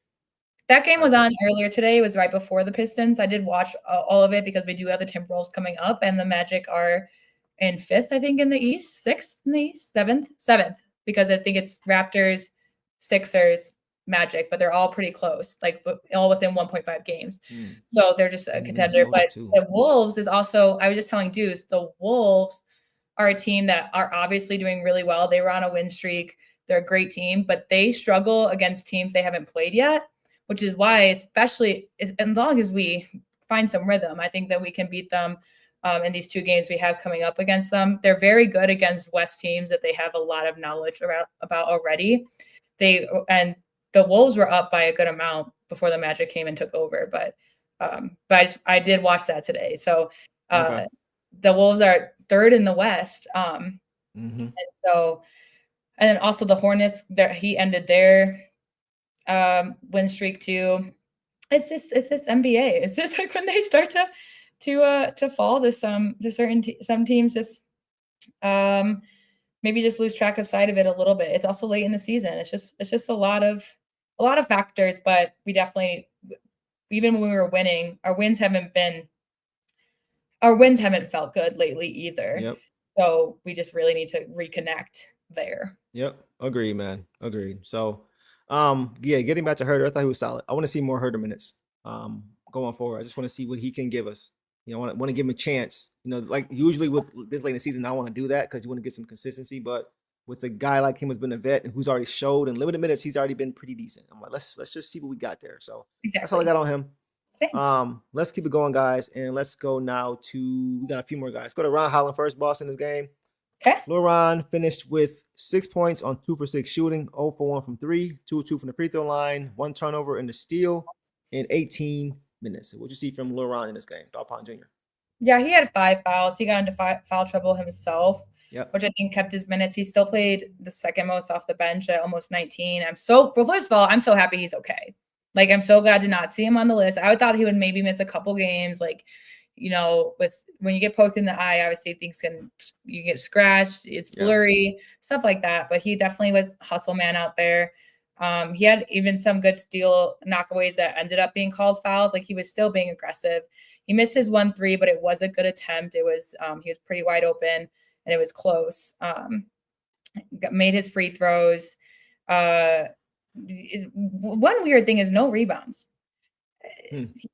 He's been much better since they called him out at the end of at the beginning of the year this year of 2026. They called him out and showed him that he could be rebounding more, and to go from 0 to usually you see at least 4 or 5 in those minutes. So wasn't able to get there. Not his best game. Hopefully we definitely would need him more tomorrow, but he made it. He's made his free throws. He got a basket and he got a steal, but unlike him, this is a bad stat line for what we know Ron Holland can do in 19 minutes. This is an off game. Yeah, this is an off game. He struggled. The intensity was there. He was trying. He was just out of sync on both sides. He was a little too physical defensively. That's why he got in foul trouble. And I a lot of time when I'm watching the game, I'm like, yeah, that's not a foul, bro. But tonight it's like, yeah, bro, you was that's too much, bro. It's too much. And you saw him barking at the officials after every foul. It's like, just leave him alone, bro. Just go play. Just go play. It was he missed some point blank shots too with the rim that he missed some point blank shots that he usually makes. That was surprising, but it happens sometimes. But it wasn't an effort thing. I'm not even gonna get on Ron. It wasn't really an effort thing. He's got to be more disciplined when it comes to his fouling, though. That's the only thing I'll say about him. He's got to be. We talked about that. When he figures it out, how to toe that line between using his edge, which is physicality, and just getting into you, but also just playing smart. When he toes that line and is not getting caught for these ticky-tack fouls like he's getting, is when he's going to go to another level. But it wasn't all bad for him. He had a nice pick six as soon as he came to the game. Nice little pick six for a dunk. Yeah. And he's always giving his body up. Yep. He's been taking some punishment lately, like coming off screens, man, like getting stonewalled, moving screens at times. It's like, come on, bro. So that may be fueling into his frustration because he's getting punished just trying to stay attached to some of these guys. But he's not gonna stop. Like he's always gonna keep coming. He's relentless. Yep. He's always gonna try to make you uncomfortable. But I just think he's got to be a little bit more disciplined, and hopefully he can start getting some offensive fouls called against the opposition because he's really trying to stay attached and they're moving a lot. They have to because he's staying attached so well. So yeah, and that's exactly it too. But he's been really sacrificing his body as a Jenkins. Today was a physical game. I think that's why he was frustrated with some of his foul calls because it was a very handsy game. I think the refs could have called a foul on the Nets every play. Right, they really could. Where'd my camera go? You disappeared on us. Oh no! Hold on 1 second. Oh, you good? Interesting. That's all I want to see though. Just work chat, and you let me know what you guys think too. But he just has to work on just being more disciplined, man. Like playing defense, just moving your feet. Don't always worry about trying to get the home run play. He's always trying to get the home run play, trying to get the steal, the pick six, which are great. But it's okay to sometimes just move your feet, contest, and force a bad shot, and then get out and run. So that's my only thing. That's my only thing for Ron. Yeah, agreed. Aside from the shooting, which we all know that already. That's offensively. I'm just mean defensively. Control what you can control. That's all. So, all right, guys, we'll leave it there on him. Let's move on, guys, to Javonte Green. In this game, guys, Javonte Savage, can you whoa? In this game, finished with 5 points on 2 for 7 shooting, 1 of 3 from 3, 3 boards, and a steal in only 18 minutes ain't bad for Javonte. So what'd you see from him in this game, boss? Yeah, again, he's a guy that I thought would have maybe started to, like you said, like we both were like we could see both. 2 of 7 isn't like him. He did hit a big 3 earlier when he came in. His first basket was a reverse lay from a Jenkins QB pass. Like I finally saw one of Jenkins's passes, which was nice to see that again. And he just grabbed it and got that in. He had a very important offensive rebound in the 4th. He chased that ball down. I can't recall if we scored off of it or not, but it was just good effort. He's always showing effort. So, and he's not someone we usually rely on. Like he doesn't need to be taking 7 shots, but he was definitely trying to get this team back into it too. But defensively, I think he did he did an okay job. He had 3 personal fouls. He had 2 steals. So it was effort out there, but just kind of like Ron, just this isn't a normal stat line for him in 18 minutes. So right. Real quickly, I want to get to this super chat. I think there's 2 of them. Doug just said they have. Oh, we got that one already. Yeah. Neil X3I said bad boy's been good. So who's your team, bro? Let me know who your team is, and Knicks, I think. It's the Knicks team. But So it's you okay. mighty worried about us, bro. That's Yeah. the funny thing. We ain't worried about y'all. We don't care what y'all do over there. We not Yeah. concerned at all about the Knicks do. We made easy work of y'all. Beat y'all by combined 84 points in 3 games.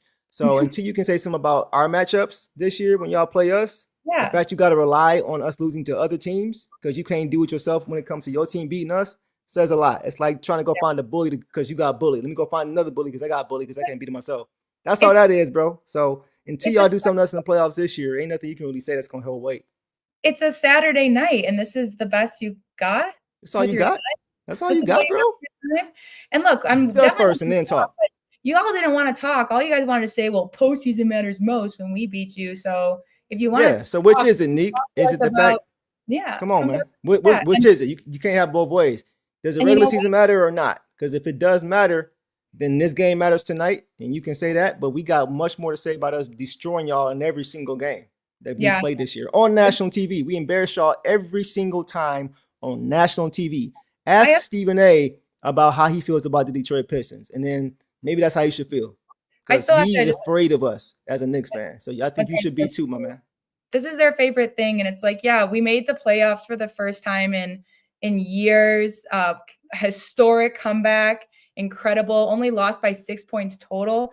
I mean, I get it. You guys are nervous. Your window is really, really closing. You They keep getting to scared, the bro. playoffs Nick and is not scared, bro. still getting Relying to on the last playoffs year's success. and He's not getting to the scared. It's not okay. even I not understand. getting a trophy, but not even getting to the finals. Like that's scary because after this year, if you guys can't get it done, which you can't, Y'all getting older, bro. Y'all can I barely mean- even afford to resign Jalen Brunson. Y'all Yeah, talking not even bringing him back. Then go y'all get sign- Miles Bridges for like 8 first-round picks. How's that looking right now? go sign Y'all window Jalen. is about this big, and y'all Yeah. still can't beat us.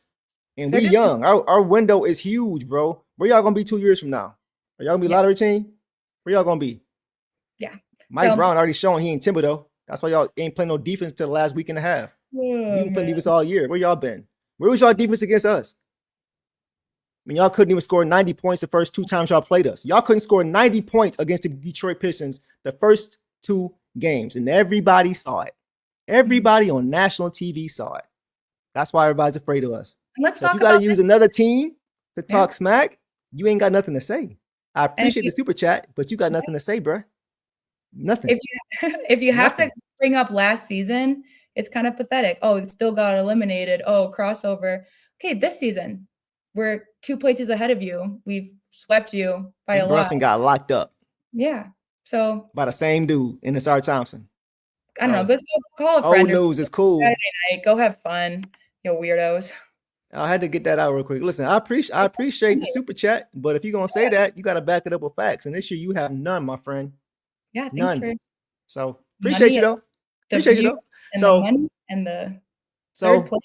yeah, bro. Like y'all know I'm usually chill, but nah, you ain't gonna come in here talking that mess, bro. Just because you a super chat, think I'm gonna be nice. No, it pretty- ain't all nice. It ain't, I hope we play all in the first, second round. It's So we pretty can beat pathetic. y'all, beat the brakes off y'all. Because y'all not Yes. even really like that this year. Cat is scared of our dog. How about that? That's why Okay, Cat ducks us every time Stu is available, and then when Stu don't play, here he come. Oh, my eye hurt. Okay, yeah. Come to the playoffs. Show up for the playoffs, and then we'll talk. Start this message, start this conversation, start this video. If y'all beat us, come back. If we Yeah. beat y'all, don't run. Don't run. That's all I'm gonna say. Don't run. I'm gonna be looking for you too. All right, boss. As far as Damn. Javonte Green in this game, it was like Ron. Same Mhm. thing with Ron. Like the effort was there. It just didn't go his way tonight. I thought he Yeah. knocked down a couple shots. He didn't shoot great from 3. 2 of 7 is not great, right? But he did a lot of other little things. His rotations were good. It was one rotation where I think there was 2 on the ball in the corner, and they made a nice pass under the hoop, and he came flying over from the top of the key to get under the rim and get the steal right in time. So like plays like that, just the heads up plays that he makes.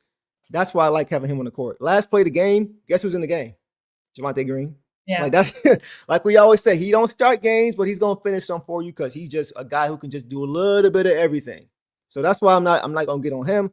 I'm not gonna get on Ron because they always bring the effort. The defense of the discipline has to be better with Ron. The shooting's got to be better with Wu at times. But the way they play is the same exact way every single game. So when that happens, the shot's gonna come and go at times. The effort should never. And with him, with Ron, the effort never is gone. So as long as you bring that, I can't even be mad. And that was what he brought tonight. So I'm not tripping. That's all I got, really. That's all I really got. He just couldn't get the fall for him tonight. That's it. Yeah. Yeah, agreed. I noticed the thing I had about Ron here because we were talking about Duncan being on MPJ, and Ron did a great job on Michael Porter Jr. Yeah. He Yeah. him getting the ball. So that's just an adjustment that could have been held if, Ron was in the starting lineup or if, Duncan wasn't at the 3. I think that's what I would have done differently because I did it. I wrote that down because I saw it. Like I saw him just basically locking him up. So right. So yeah, I think but yeah, Wu, whenever we slump, we all slump, but Wu's defense was there. It's just a little bit off tonight, like everyone else. Yeah, that's all it is. So, but he's not the guy I'm pointing to at all. Neither one of those guys I'm pointing to those guys and saying, man, where was your effort? Like those guys weren't part of the conversation when I'm talking about the lapses. It wasn't those two. It wasn't Sass. Like certain guys really brought it all night. It just didn't work out for him. But the other guys we're talking about as we're focused on that, but not Javonte, not ever Javonte. So I'll leave it there on him, guys. Let's go to our last guy from the night, boss. Let's go to Stu. Isaiah Stewart in this game, guys, finished with 10 points on 2 for 2 shooting, 1 of 1 from 3, 5 for 8 from the free throw line, 4 boards in 20 minutes. So what did you see from senior of Dog Pound?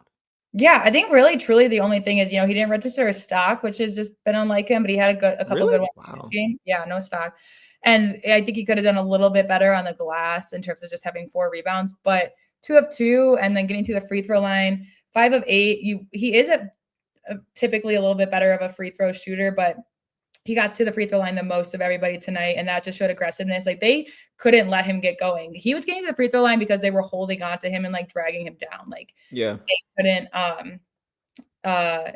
couldn't like that's exactly like so I think it was a good Stu game in the sense, but I think he's still just kind of shaking off some rust from being gone for this was the first time they said that he's played at home in a month. It's been like a calendar month because of just the way how we were away when he got suspended and then the All-Star and everything. So that's just how I feel about Stu. That's how I felt too. Like I don't really have a what's up.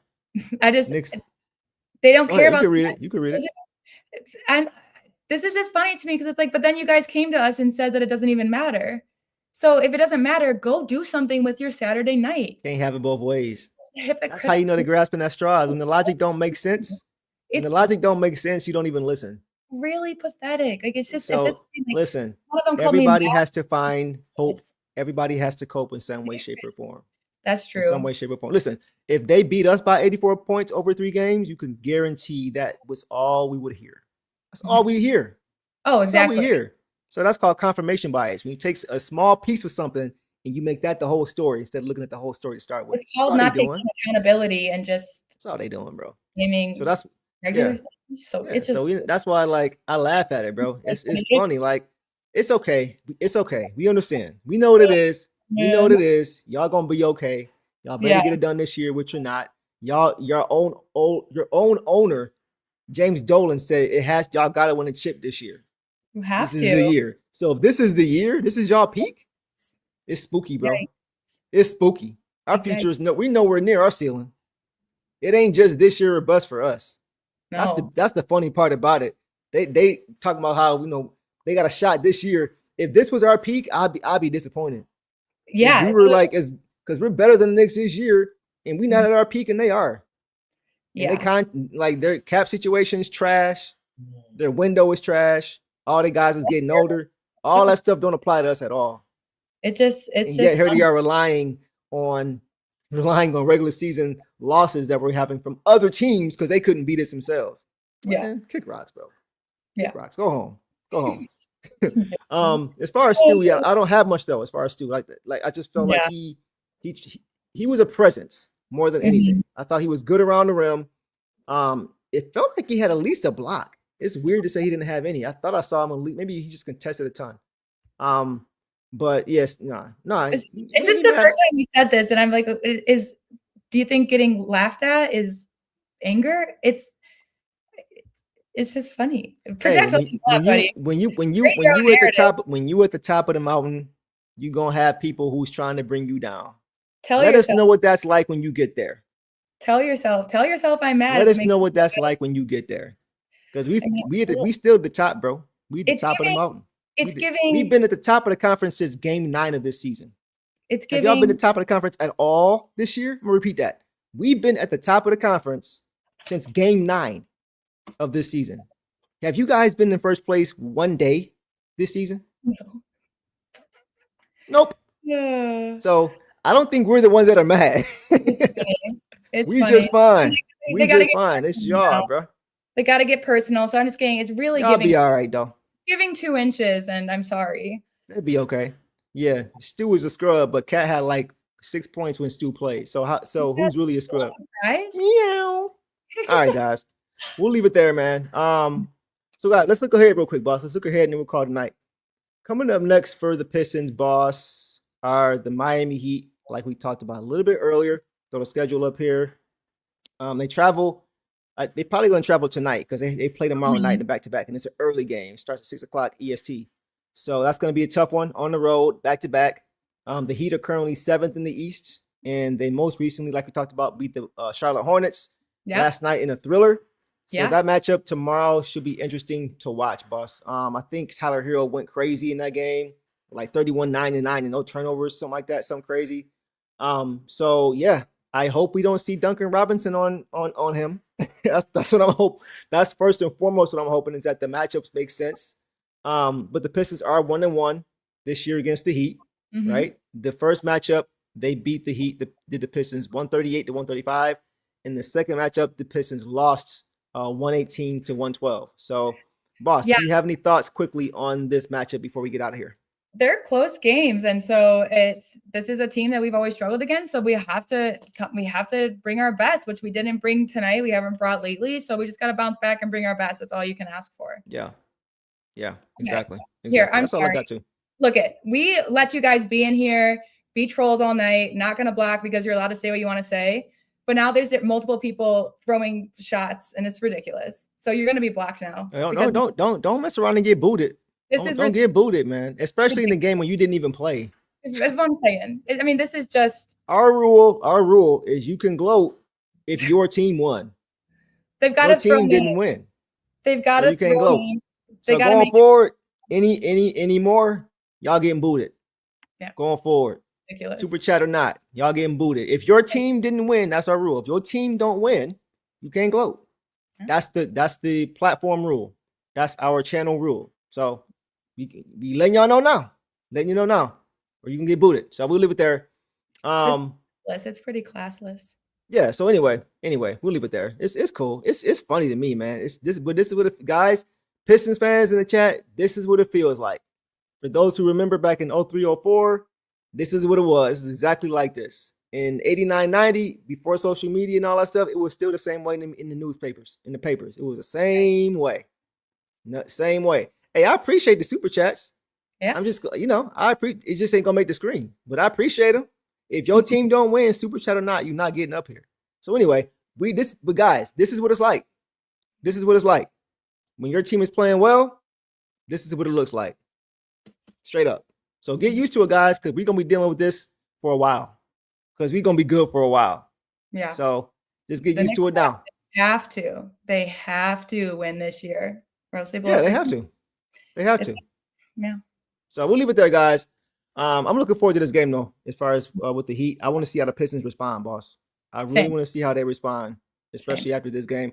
I would imagine it's a second game of a back-to-back. I'm pretty sure this was a trap game. I'm pretty sure they were conserving energy, gambling a little bit, and it didn't go their way. I expect tomorrow a much better effort, even if they don't win, which I do think they should on the road in the back-to-back. Yes, they should still win. Yeah. Especially if Cade plays, which I think hopefully he will. It's gonna be harder without Asar, but I still think if they bring it, they can and should pretty much beat anybody. So I expect a dub tomorrow night. I'm expecting a dub tomorrow night.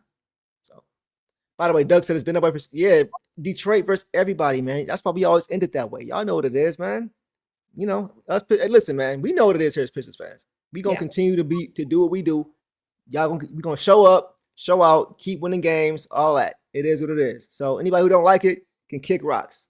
But we know what it is here. So we'll leave it there, guys. Listen, man, it's been a great show. Great having you guys here with us, man. Pistons had a bad loss 3 straight game losing streak. He'll bounce back. We'll get right back into playoff form hopefully soon. That's all that matters. One game does not define our season, good or bad. So we'll leave it there, guys. Hope you guys have a great night. Thanks for showing up and showing out. We appreciate your support. Make sure you smash that like button and subscribe if you are new. And we hope you guys have a great night. And we'll see you guys tomorrow, man. Detroit versus everybody. Peace. All the dirty work, all dog. I'ma dive on the floor, go try to block every shot, and I'ma be physical with you the whole game. You know Stu gonna be physical with you. When you think of the Pistons, you think of just hard work and just gritty basketball. That's just the identity you gotta have when you put on that jersey. I'm not your average breed of canine. Not a good dog, I'm bad boy for life. I set the tone, don't care about no tick. Let it be known, I get my respect. Come in the lane and see I don't bluff. If you retaliate, that's on ya. They talking pundits, I hear you're ashamed. Talking that shop, you must run this way. Tryna tell ya, if the dog palm, mess around, find out, if the dog palm, mess around, find out,